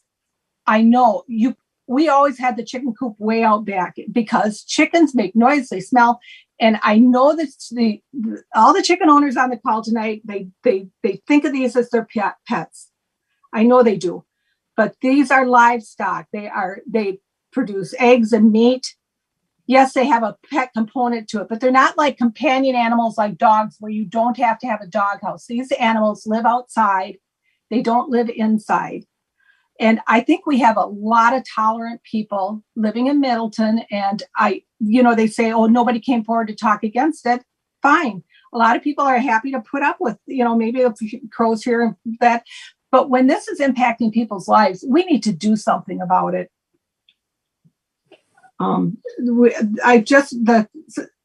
they have described sustainability in Middleton is sustainability is well-being for all now and in the future. And I don't think that this is well-being for all. The chicken owners, they are very adamant about their chickens. They love their chickens, but they have to realize that they do impact other people.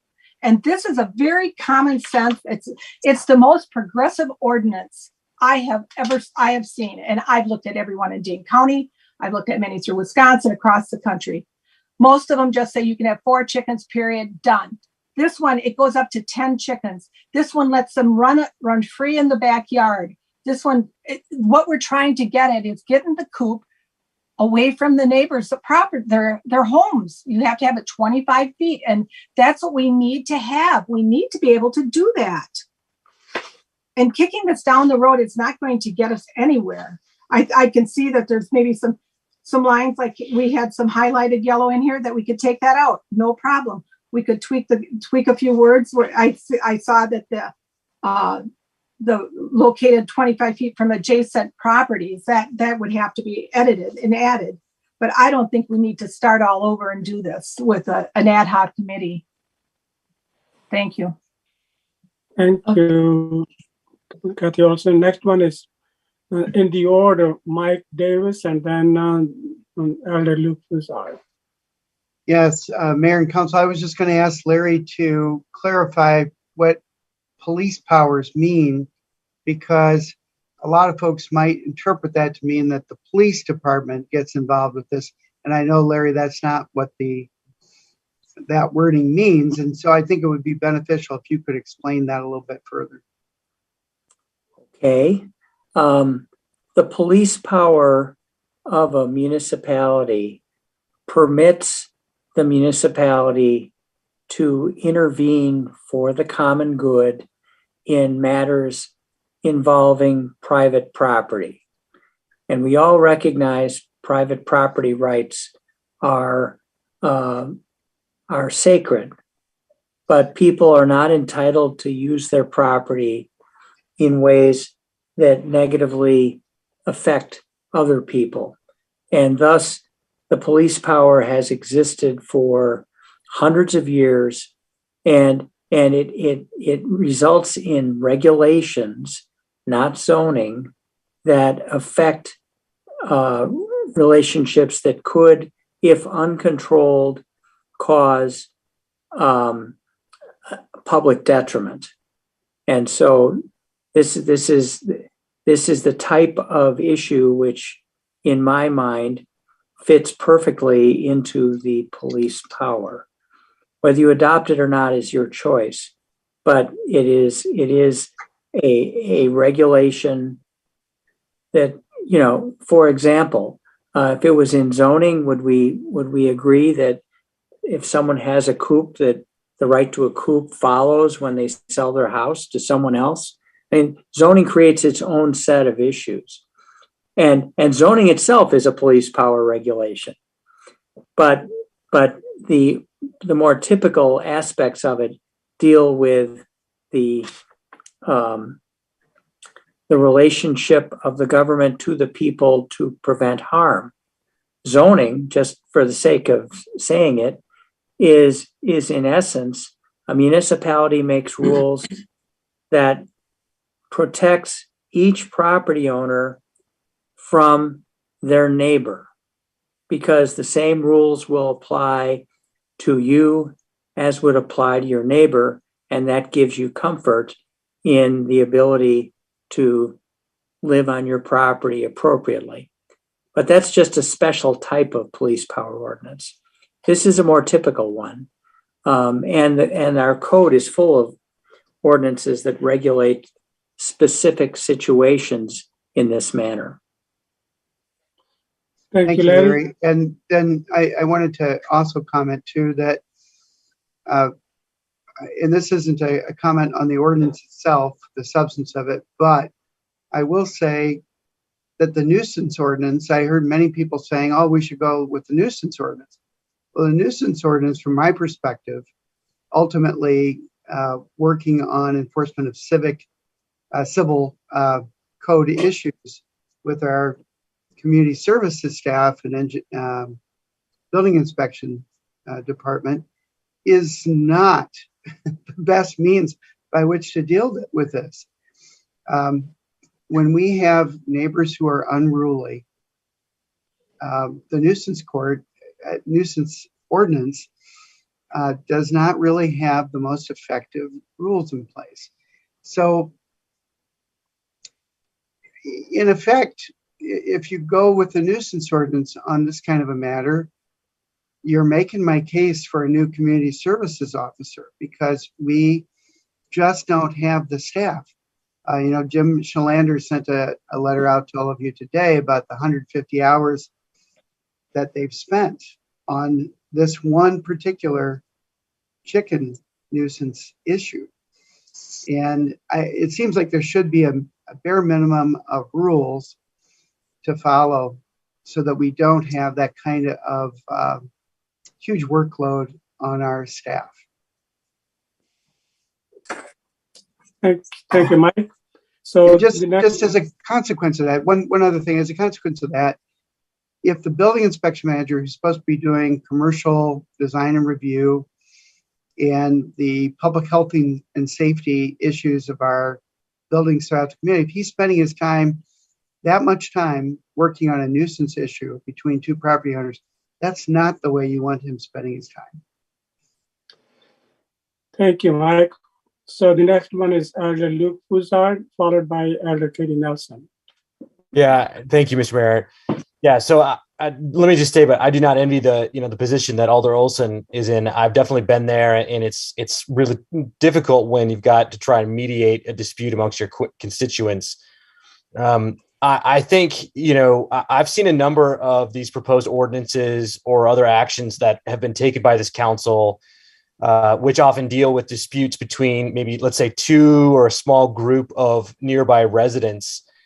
And I don't know the full backstory here, but I can't help but lament over the fact that sometimes it seems like these disputes that are coming before the council could possibly have been resolved over a cup of coffee or a kitchen table in which all the appropriate parties were seated. I know that the last 2 years have been really hard and prevented much of that face-to-face contact that we normally enjoy. But I do wonder if sometimes it's simply too easy to send an email or call the police or post on Facebook than it is to take a step forward and have a difficult conversation face-to-face sometimes. And so moving forward after tonight, I would encourage us as a council to think about potentially implementing a practice, whether written or otherwise, whereby if a similar proposal comes in front of us, that it must include some track record of attempted dispute resolution between the various parties before we even consider adopting an ordinance such as this, starting with the two individuals discussing and then maybe bringing in outside parties before it escalates to the level of a common council and an ordinance that affects everybody. So thank you.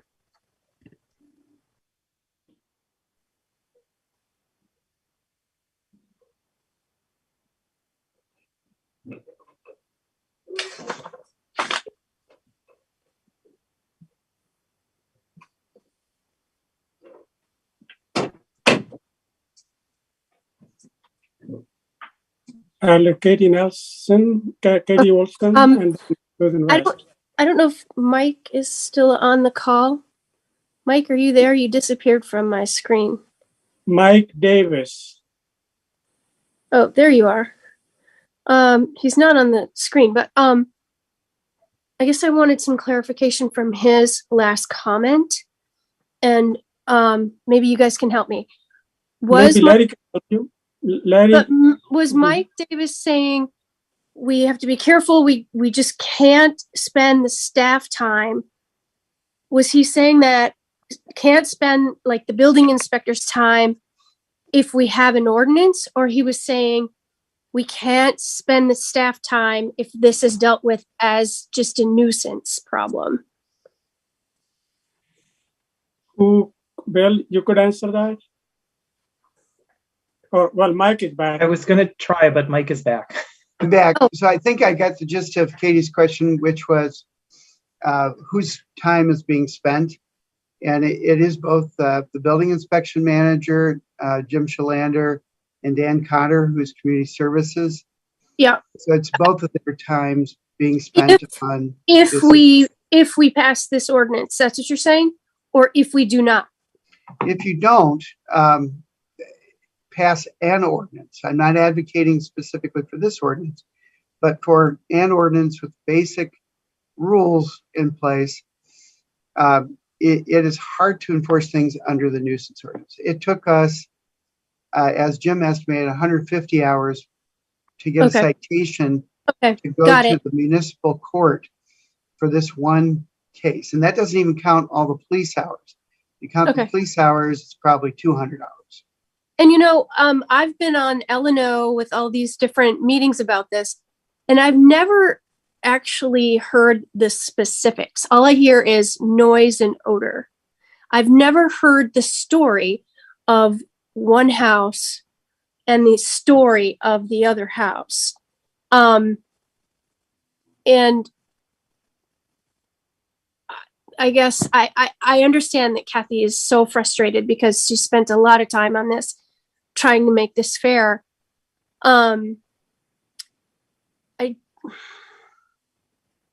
I guess I don't understand it clearly enough. And so I would like to rescind my second on an ad hoc committee. And I think that's all I have for right now. Okay. So does anyone else has, so do you still support? I have my hand raised. Pardon me? I have my hand raised. Okay, yeah, go ahead, Susan. But I was still trying to sort out that she rescinded her second for the ad hoc committee, but you still second her motion or not? No. Katie didn't second my motion, so my motion is dead. Oh, okay. All right.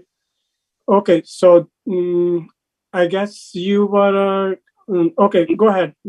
Yes, may I speak? So Elder West and then Elder Kathy Olson and then Elder Dan Ramsey. Go ahead. What I'm going to say is the ordinance in the state that it is more detailed and somewhat punitive compared to what, after talking to chicken people, than what was initially agreed on. I can't support the current, what is before us in print tonight. I mean, there's things that need to be taken out and so on. So for that reason, I'm going to vote against approving this, but I think we still need to come up with some sort of ordinance where it is and how we do it. It seems to be problematic in us figuring it out, but I think we need to work on that. But I can't support what's in front of us tonight. Okay, thank you, Elder West. And I just, before I ask Elder Kathy Olson to speak, I just do want to let you know that I visited the both homes who have the chickens. One is on Elmwood and the other is on Hubbard. And the ones, those are on Hubbard, I don't think there would be, I talked to them, there were moving their chicken coop. I don't think it would be a problem. They, at least when I visited just a couple of days ago, 3 days ago, they were very willing. And it is a very nice, clean chicken coop. And when I visited there, I didn't see any problems. I didn't see any issues. And I didn't give any warning or any of that. And then I got the address of the people living on the other people with chickens, which people had complaints about. And I went there and talked to the family and have looked at that chicken coop as well. So I actually have visited the people, both of the homes. And so the second family was already in the process of trying to handle the noise issues. So I think there are ways to handle it, but that's, you have to go and talk to the people. And I actually got a very good response from both of them. Elder Kathy Olson and then Elder Mark Sullivan. Yeah, Susan, I know you talked to the chicken owners. The chicken owners don't want this at all. And I just want to take a minute to go over, I submitted all the edits they proposed and sent them over to and you know, we always have subject to legal review or acceptance, and not all of them were accepted. I mean, they were very, I think they wanted to have out of here, let me see. They did not like that the enforcement provisions of this section are not exclusive, and all ordinance have enforcement selections. They didn't want anything in here about that you could be held if you don't follow the rules. And that's just stuff that that stuff has to be in an ordinance. It's just common sense. Other things were like, they wanted to tweak how the coop was defined, or add a chicken or a hen, or no, an adult hen. It's, a lot of small details, and not everything was allowed. And I mean, the water was back in here. I'm very fine with taking the water and the waste out of here. I just want to say too, we heard a lot about how this is so much overreaching than what a dog ordinance is. Dog ordinance is handled at the state level, and it's 14 pages. I don't think this is, yes, we could probably get rid of some of the things in here, but we do have to have some of the enforcement clauses. Susan, if that's not the part that I'm arguing about, Kathy. Okay, just one question, please. Okay, Kathy, are you done?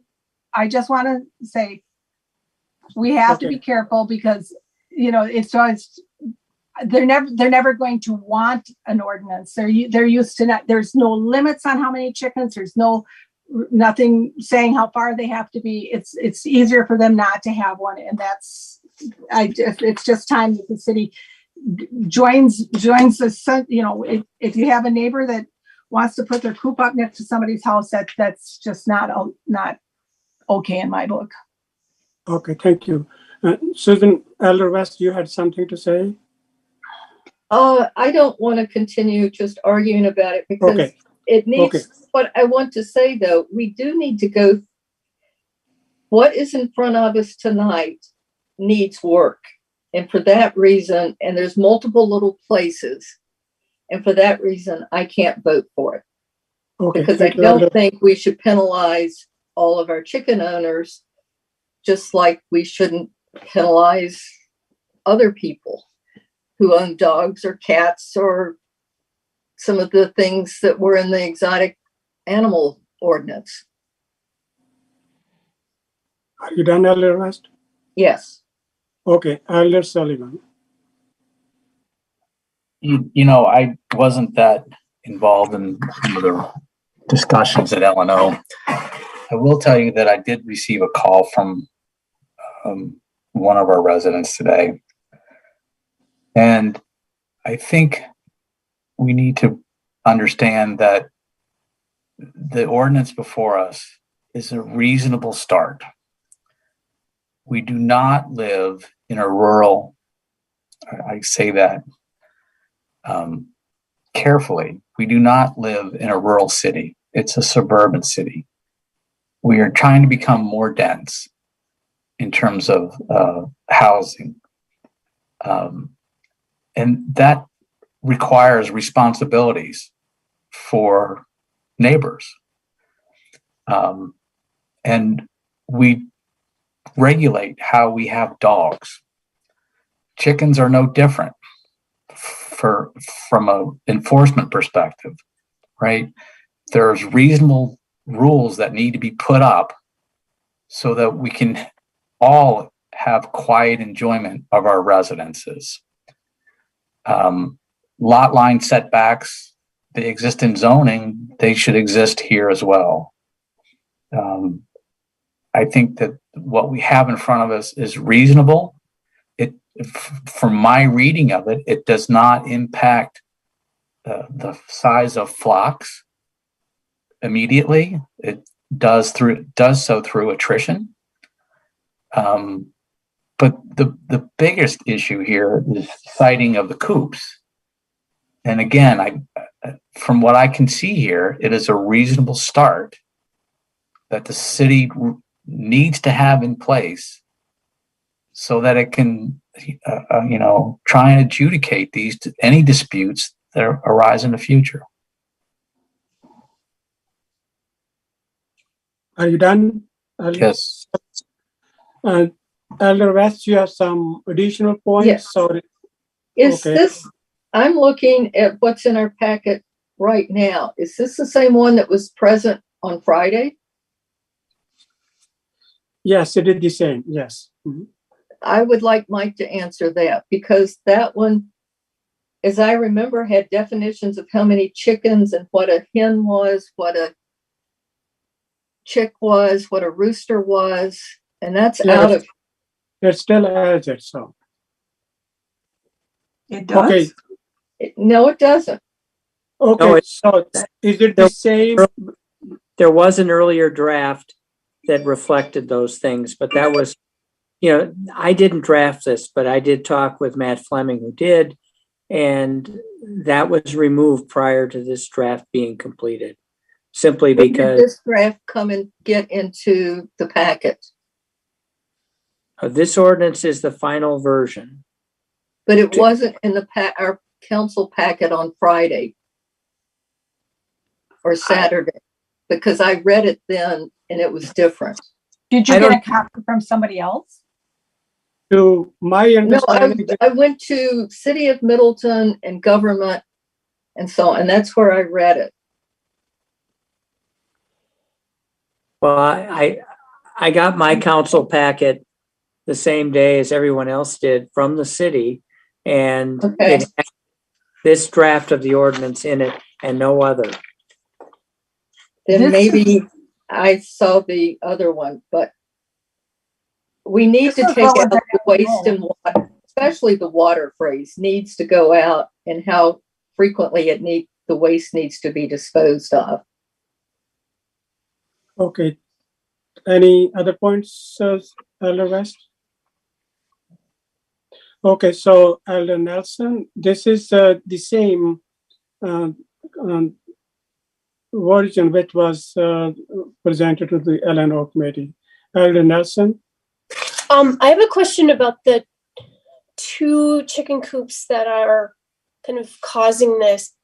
Can you tell me how far each of the coops is from the neighboring dwellings?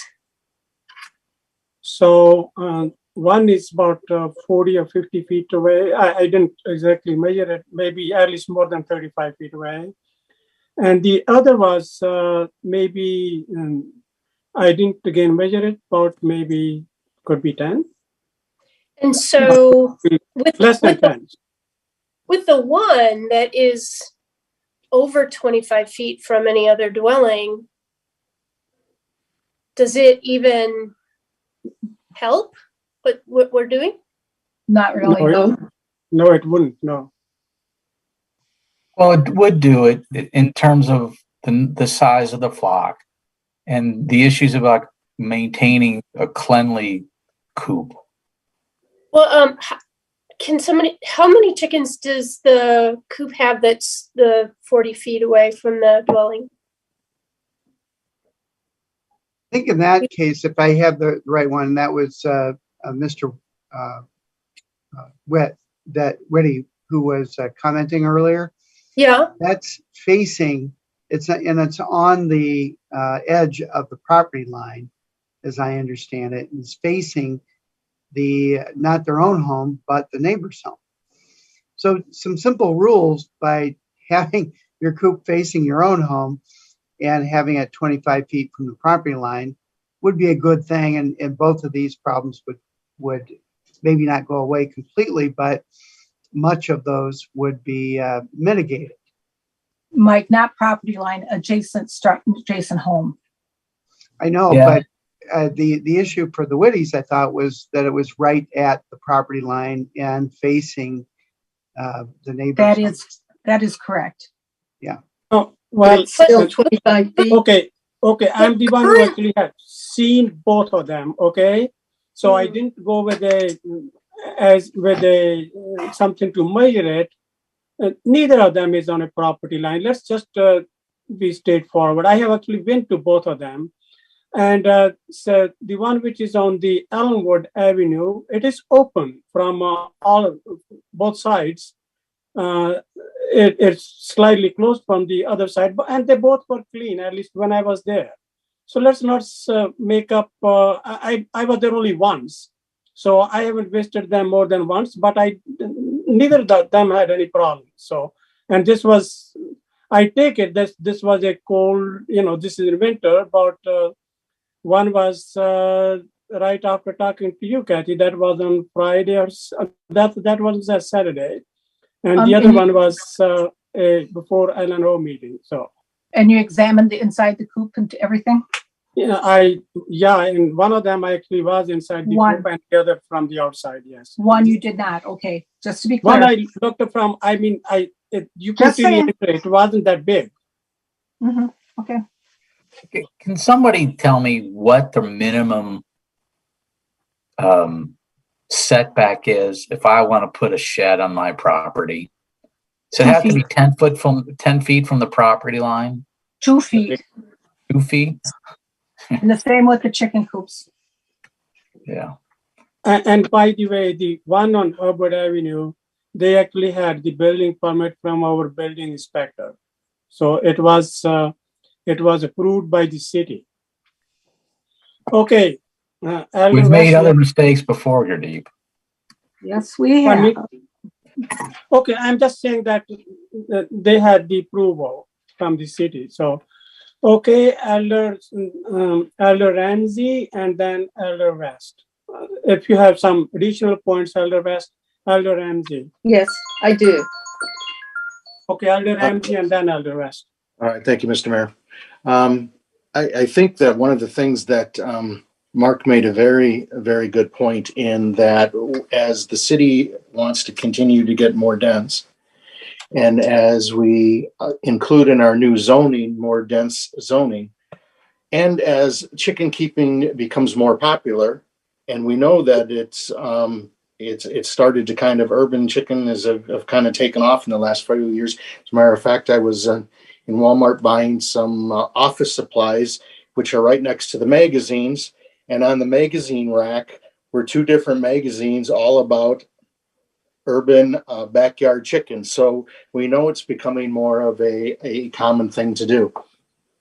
So by having an ordinance with some minimum standards, what we end up doing is we end up eliminating problems for later. So are we going to cure all the problems we have? No, not necessarily. But what we do is we put in a plan in place moving forward so that as we do get more dense, as they do become more chicken owners, that there's some standards to be met. Now, nobody wants to punish the folks that have had their chickens for a number of years and who have not fallen under any kind of regulations. It was never the intention of L&O to try to be punitive. What everyone was trying to do was come up with an ordinance that made sense moving forward and protected the rights of the current chicken owners.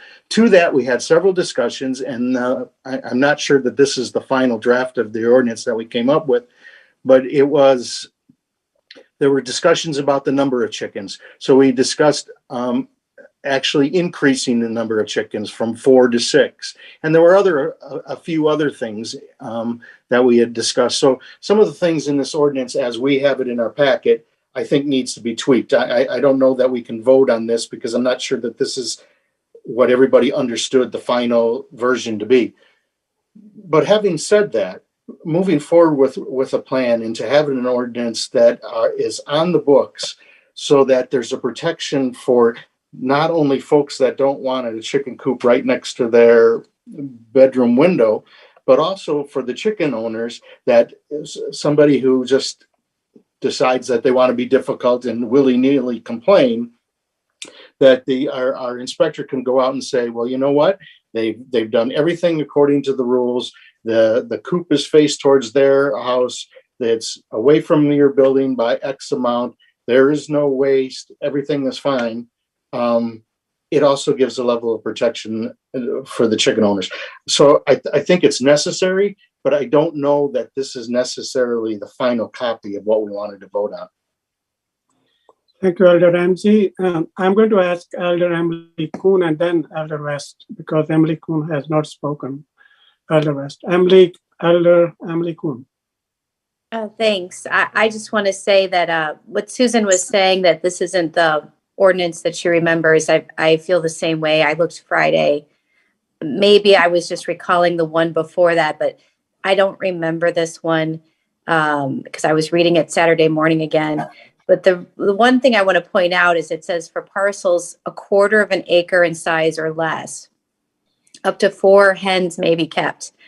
You know, I'm concerned about this ordinance because my district, there's a lot of odd size backyards. There's not a lot of places you can have chickens. I remember one of the earlier ordinances, it was like 25 feet, like no coop could be within 25 feet of a lot line. Well, my yard is 40 feet wide. So if I wanted chickens, no way in heck could I have chickens. And I feel like sometimes when we make ordinances, we're thinking about newer Middleton. I know Mark just talked about infill. Infill is coming. So newer Middleton might be more like my district. But I say that because, you know, I want us to think about all of Middleton and where we can support things like this. I think that, you know, having a chicken is actually cool. I think that, by the way, I don't have a chicken, not going to get a chicken. Don't really have a space for chicken. Also, I have a sandbox, dog, kids, too busy. But the people that can have a chicken and do it right, I thank them. And I thank them for coming tonight because they're talking about sustainability. They're talking about meeting their neighbors, sharing the eggs, sharing the experiences with their children, talking it out with their neighbors. I want to say thank you to them. It's really exciting what they're doing. And basically, I'm pro chicken. Thank you. So, Elder Susan West and then Elder Kathy Olson. Okay, I'm reading it. There's in the current version that's in front of us, there is a huge mistake on the definition of front yard. because it says a line extended from the rear of the building to the side lot line. So that includes also a side yard. And then you go down and look at side yard, and it's the area between lines extended from the front and rear of the principal structure. So that doesn't make sense. It doesn't, it's just not logical. If we pass this tonight, we need to immediately start working on getting this ordinance cleaned up so it doesn't have all these problems, because we do need to have, I think people do need to be able to have chickens. They're not dangerous like dogs are more dangerous, cats are more dangerous. Yes, there is a very sad situation where there is one chicken owner that lives next to someone with health issues. And I don't think passing this ordinance is going to solve that problem. But there's a lot of benefit for a lot of people to have chickens. So we need to work on this more. Are you done, Elder West? Yeah. Okay, Elder Kathy Olson. Yeah. I consider myself pro-chicken too. I don't have a problem with it, but I just think that it needs a few more guardrails. Like we need to limit the number of chickens you can have and the side. I do have a question for Larry. When this came over from L&O, we had already made a couple comments that we were thinking that would be struck, and they were highlighted in yellow. What would be the process? Can we vote on this, or do we have to make sure it's a clean copy before we start voting on it? Well, this is the first time. So unless you vote to waive the second reading, which seems unlikely, there's nothing final in what you're looking at right now. Okay.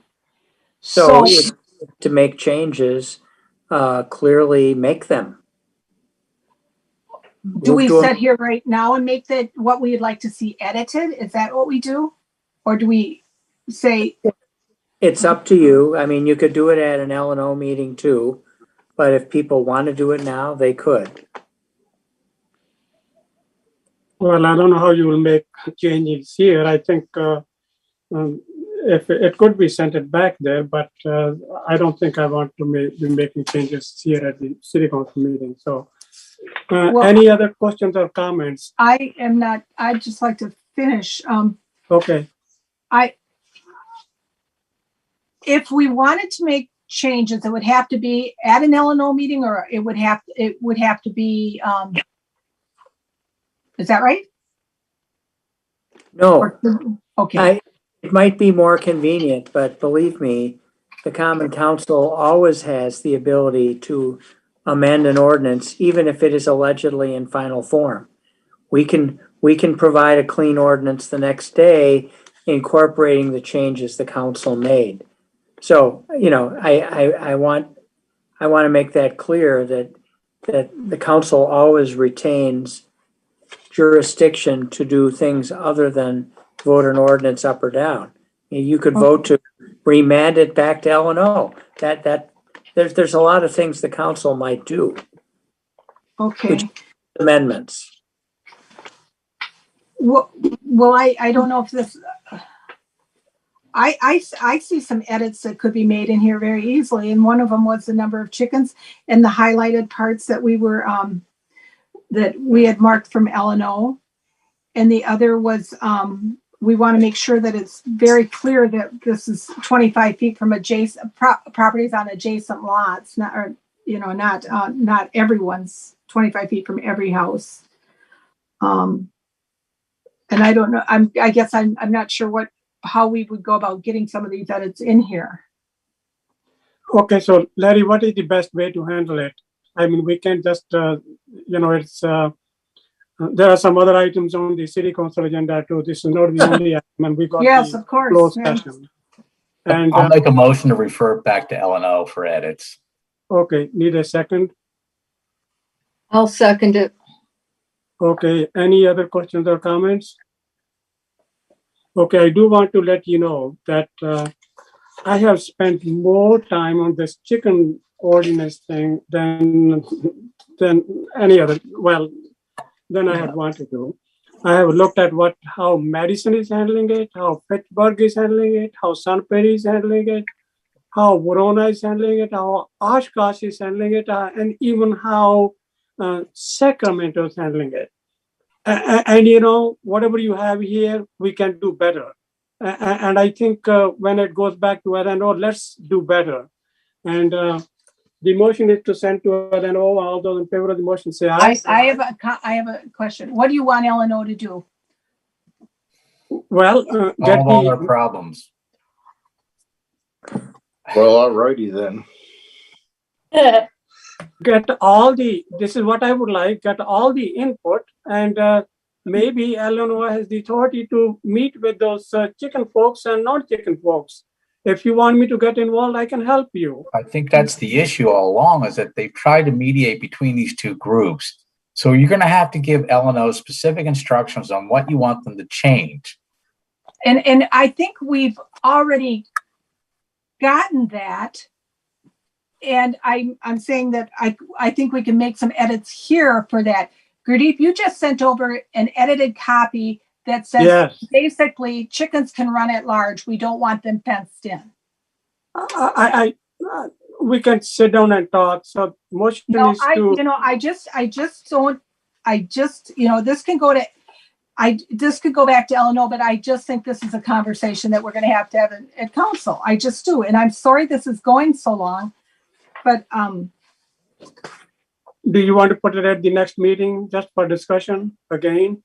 I mean, you can send it to LNO and have a discussion at next meeting as well. If you want. Can edits be made for the next meeting? Larry, is that possible without going to LNO? Yes. Of course. Yes. Okay, that's what I would prefer, that we clean up some of the edits here and bring it back the next time. Well, the motion is to send to LNO. Are you making a different motion then? Yes. You know, before we go further than this, it's already 9:40. There is a packed agenda. I think it's we'll be here through 1 or 2 o'clock if we continue this nonsense. Either vote to move it to LNO and have council members email you their suggestions, or show up or attend an LNO meeting so that you can mark this thing up, right? But at this point, we've beat this to death.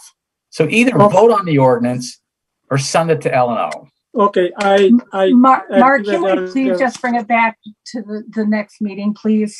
Please. Okay, I agree with Elder Sullivan now. If there's any other quick comments, otherwise, all those in favor of the motion to send to LNO say aye.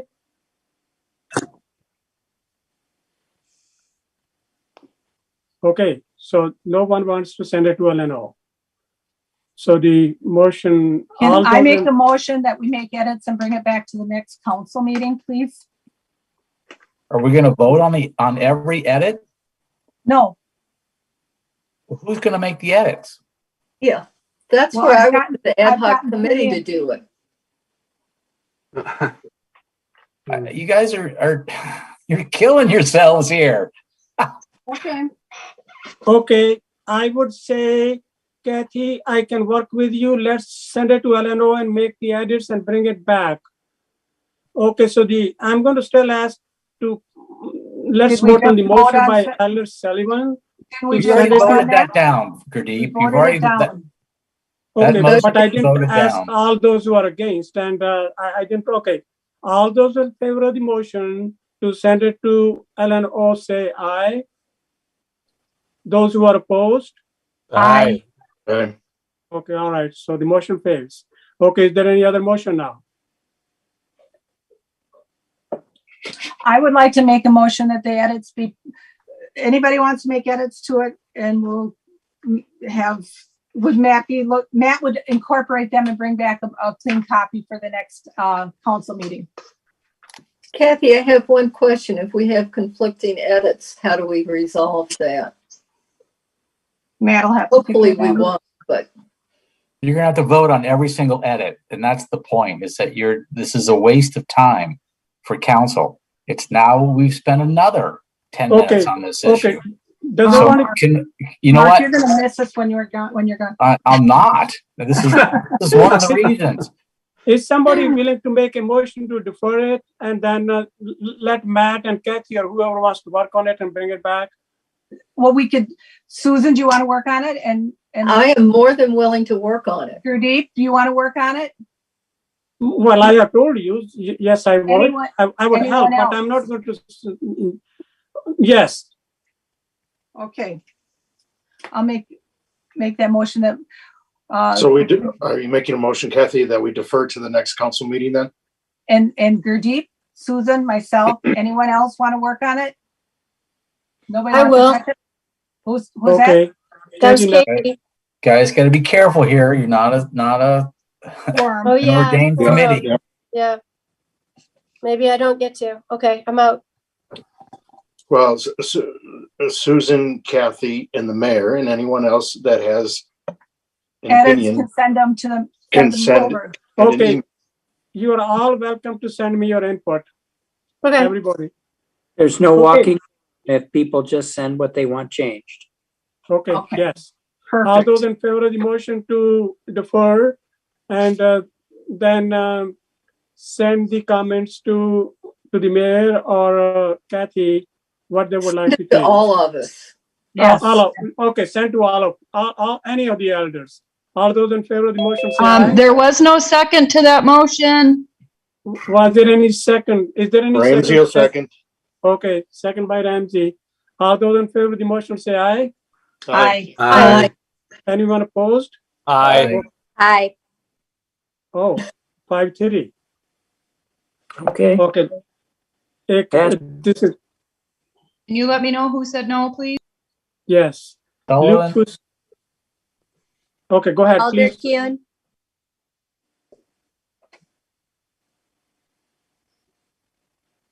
I think Fusard was a Yeah, third. Fazard, yeah, sorry, Fazard. Yep. Buzard and Sullivan and who else? Kuhn. Okay, and Emily Kuhn, 5-3. So, Thank you. okay. Thank you, and thank you, Lori. All right, we are back to item number 2 under agreements, EMS agency medical direction agreement with UW Hospital and Clinics. Mayor, Need a motion to approve. may I suggest that we take 2, 3, and 4 together? They are the same. Yes, absolutely. You want to make I'll that make a motion that the council approve all 3 agreements as recommended by finance. Second. Okay, any questions or comments? All those in favor of the motion to approve 2, 3, and 4 together, say aye. Aye. Anyone opposed? Motion passes. Item number 5, agreement with the Hamel, Green and Abrahamson Incorporated called SGA for a business park microgrid and community resilience center study. Mark? This is Mark. I'll move approval as recommended by finance. Second. Second, motion by Elder Sullivan, second by Elder Ramsey. Any Yeah. questions or comments? May I suggest that it be effective upon adoption of resolution 2022-17, since we won't have money for the contract unless that's approved? Okay. Is that okay with you, Elder Sullivan? It certainly Okay, is. anyway, that's what it is. So, Well, all those in, so Mayor, Mhm. why don't we do it smart and go right to resolution 3 and 4. I'll make a Okay. motion that we approve both resolutions as Okay, all right. approved by Just a minute. finance. Okay, let's go to the resolutions 3 and 4. Okay. Ramsey resolution. Okay, resolution 3, resolution 22-17. This is the budget amendment of microgrid feasibility and community resilience study. And item number 4 is resolution 22-18. This is the budget amendment for the battery storage project. So these are the two. So Elder Sullivan, you have motion to approve? I did. Okay, and Elder Ramsey, you seconded it, right?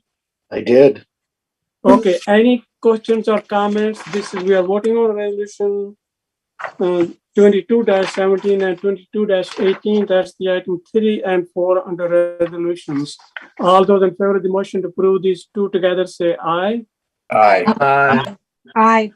Anyone Now we can opposed? vote on contract or agreements 3, 4, and 5. Or the other way around, whatever No, it we was. just already voted 2, 3, and 4, So- just the agreement 5. 5. Okay, so we already had a motion and seconded on that number 5. That's the agreement with Hamill, Green, and Abrahamson for a business park, microgrid, and community resilience center study.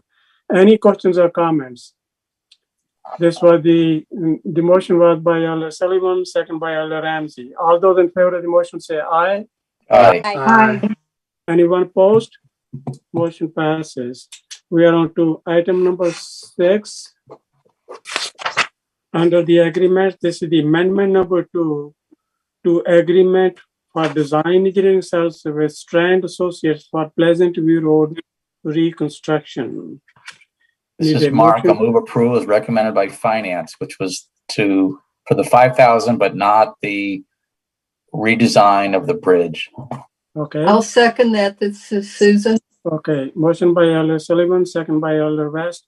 Sean, I would ask you just one quick question.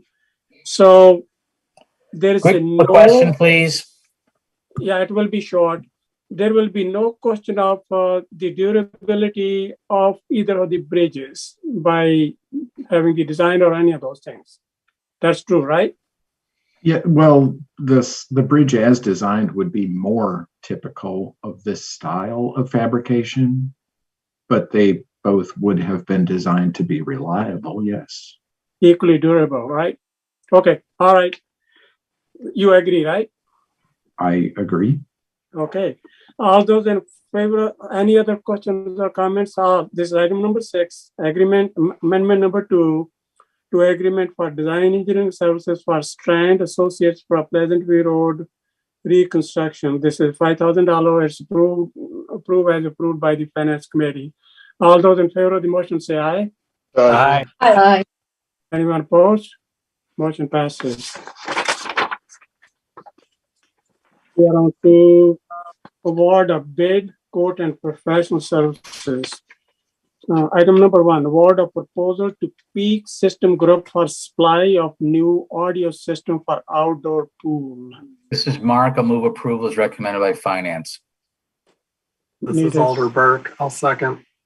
Okay, motion by Elder Sullivan, second by Elder Burke. Matt or whoever is there, so why we already have it and what the audio system which we have doesn't work? Or is it too old or what? My God. Can we just vote on this? We've yeah, already discussed but this ad nauseum. The current system does not reach all areas of the pool, doesn't cover both of the restrooms, and we are unable to reach announcements to all areas of the outdoor pool. The new system will address all of that. And okay, thank you. Thank you, Matt. Okay, this is the motion is to approve the award of proposal to Peak Systems Group for supply of new audio system for outdoor pool. All those in favor of the motion say aye. Aye. Aye. Anyone opposed? Motion passes. We are on to miscellaneous. This is waive ordinance 19.07 bracket 4 for road design Bellefontaine Boulevard. This is Susan. I move that we waive the ordinance for road design of Bellefontaine Boulevard and use, I think it's alternate B that has the combination of 450 feet and 300 feet radii. This is Alder Burke. I'll second the motion. Okay, any questions or comments? All those in favor of the motion to waive ordinance 19.07 bracket 4 for road design of Bellefontaine Boulevard say aye. Aye. Aye. Anyone opposed? We are on to ordinances. You guys want to skip number 1? I'm sure you do. Let's go to number. Too soon, Gurdeep. Too soon. Let's go to item number 2. An ordinance to rezone property from R2 to planned development district PDD General Implementation Plan to allow for construction of 4 buildings, duplexes, and laundry efficiency at 7107 to 7109 University Avenue. And the builder was here. He would like if we could waive the section 107. Need a motion to approve. Ramsey will move to suspend the rules and approve with the contingencies listed. Okay, need a second. This is Katie. Okay, motion by Elder Ramsey and second by Katie Nelson.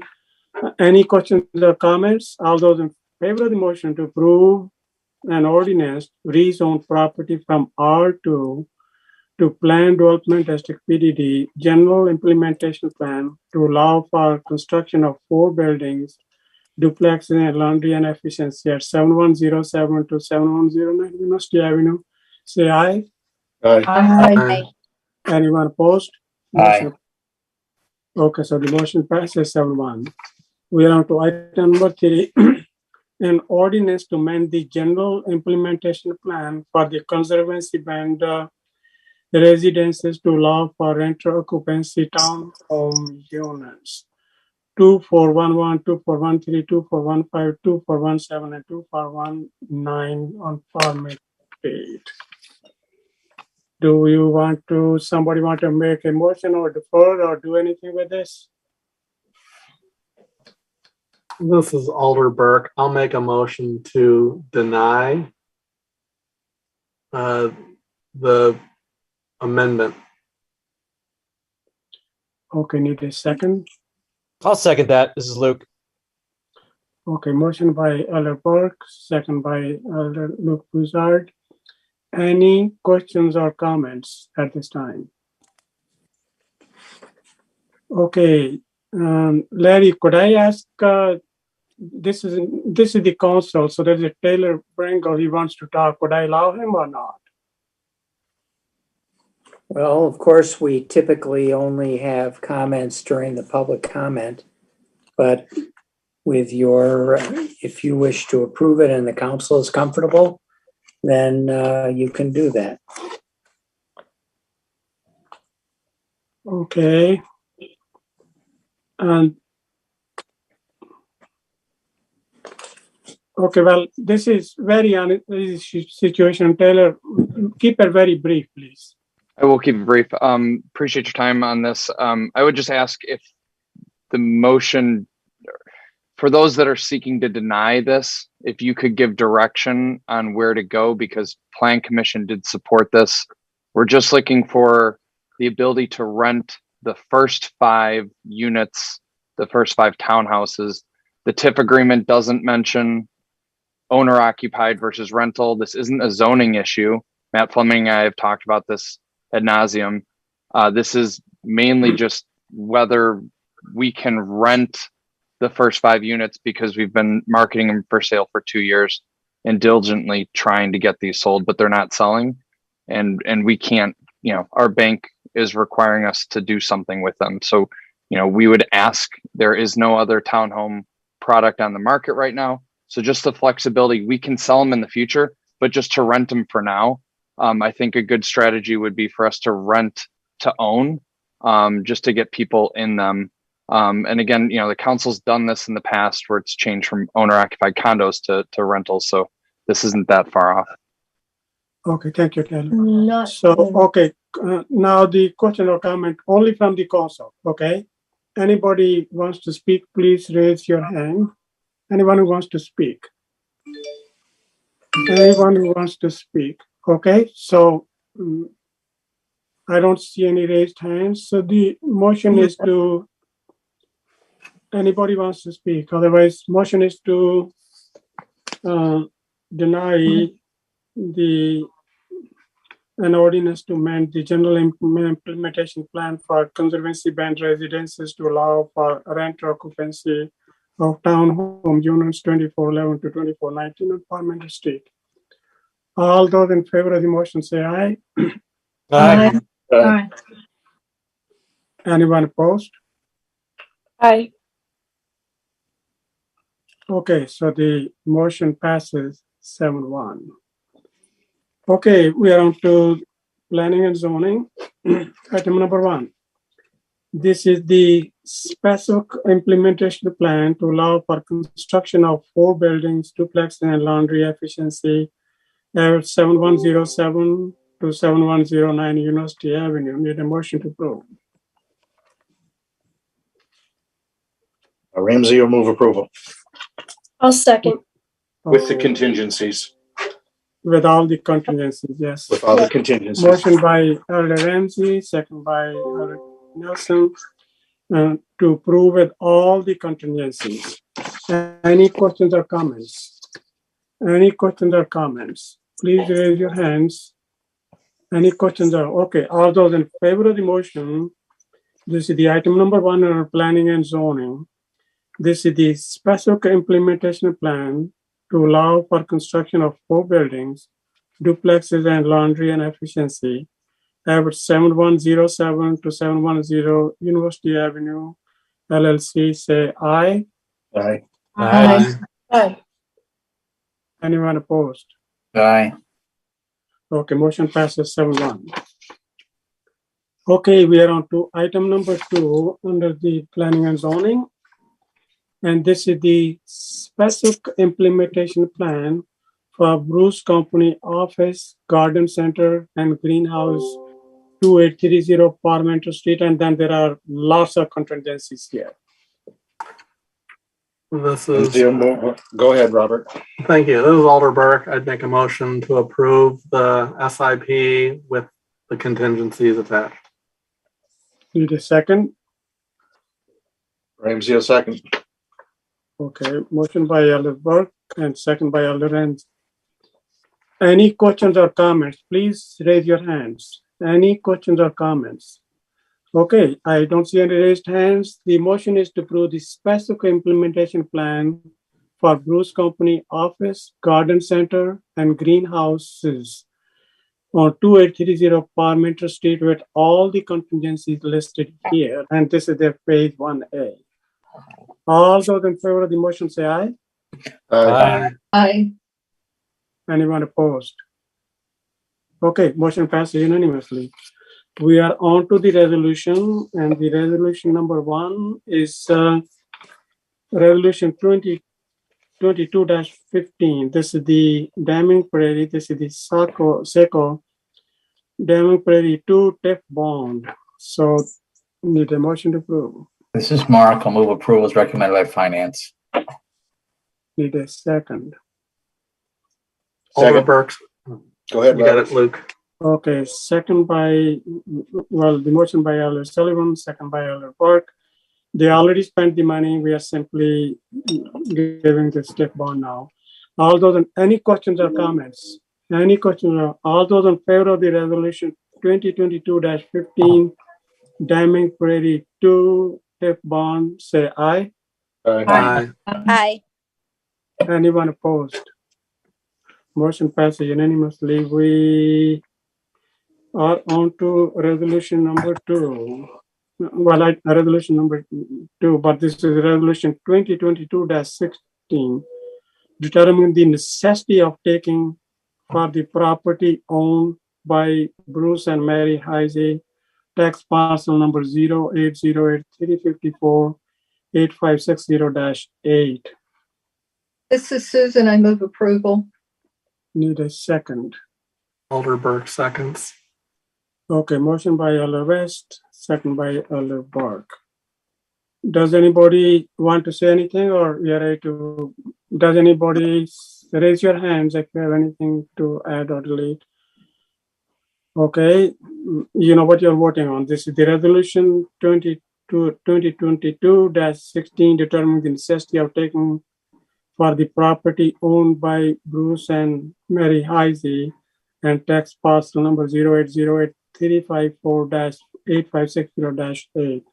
This is to have a parkland there. All those in favor of the motion say aye.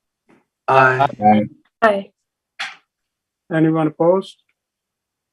Motion passed unanimously. We already passed resolution number 3, item number 3, and item number 4. We are on to item number 5. which is the resolution 2022-06. This is about Middleton Beach Road reconstruction, final assessments. Emily, do we want to approve or do we want to wait? Approve. Move it. Is that your motion? I make a motion. I apologize. It's getting late. Okay. Okay. Motion by Elder Emily Kuhn and second by Elder West. Any questions or comments? Just excited to get started. Thanks everyone for all that you do. Okay, all right. If there are no questions or comments, all those in favor to approve the resolution 2022-06. This is about Milton Beach Road construction. These are the final assessments, and say aye. Aye. Aye. Anyone opposed? Emily, that passes unanimously. How about that? Need a motion to go into closed session? All right. I'll make that motion. Okay, motion by Elder Ramsey, second by Elder Emily Cohn. Before we do that, could I ask a question? Yeah. We have one other open session item on the agenda. Which one? Larry, could we go into closed session to discuss that item and then come back out into open session after that item, or do we need to stay in closed session for all 4 items? You need to stay in closed session for all 4 items, I'm sorry to say. Okay. It's just the way it works. If the agenda had said that, it would be fine. But since it doesn't, we've got to do it the way the agenda says. Okay. All those in favor of the motion to go into closed session, say aye. Aye. Aye. Anyone opposed? Okay, Mike, let's make sure that we have all the relevant people in closed session. And maybe Mike was asking for this reason, but does Jeremy need to then stay around? That's exactly why I was asking. Yeah. Unfortunately, Jeremy, can you, hopefully you can stick around and come back in. We're sorry. Oh. He's already asleep. Thank you and sorry.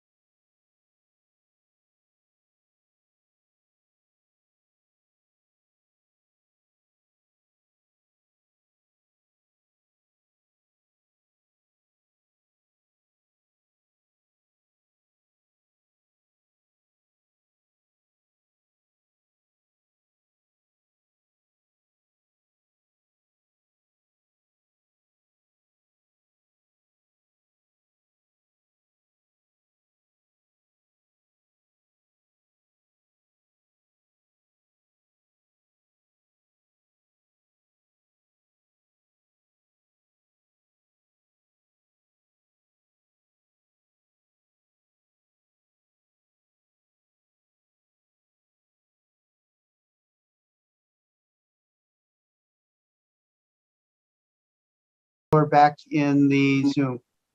Okay. All right. We are in the open session. I did a motion to approve the settlement agreement and release of claims for litigation for Jill and David Orazio.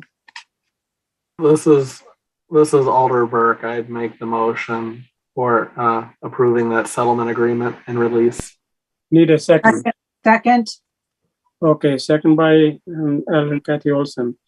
And okay, any questions or comments? All those in favor of the motion to approve the settlement agreement and the release of claims for litigation from Jill and David or DeRozio, say aye. Aye. Aye. Aye. Anyone opposed? Motion passes unanimously. And they need a motion to adjourn. So moved, Alder Burke. Second. Okay, motion by Elder Burke, second by Elder Katie Nelson. All those in favor of the motion to adjourn, say aye. Aye. Anyone opposed? Well, good night and thank you, everyone. This is probably the longest meeting we have ever had, right? Getting close. Good night, everyone. Thank you. Night. Good night.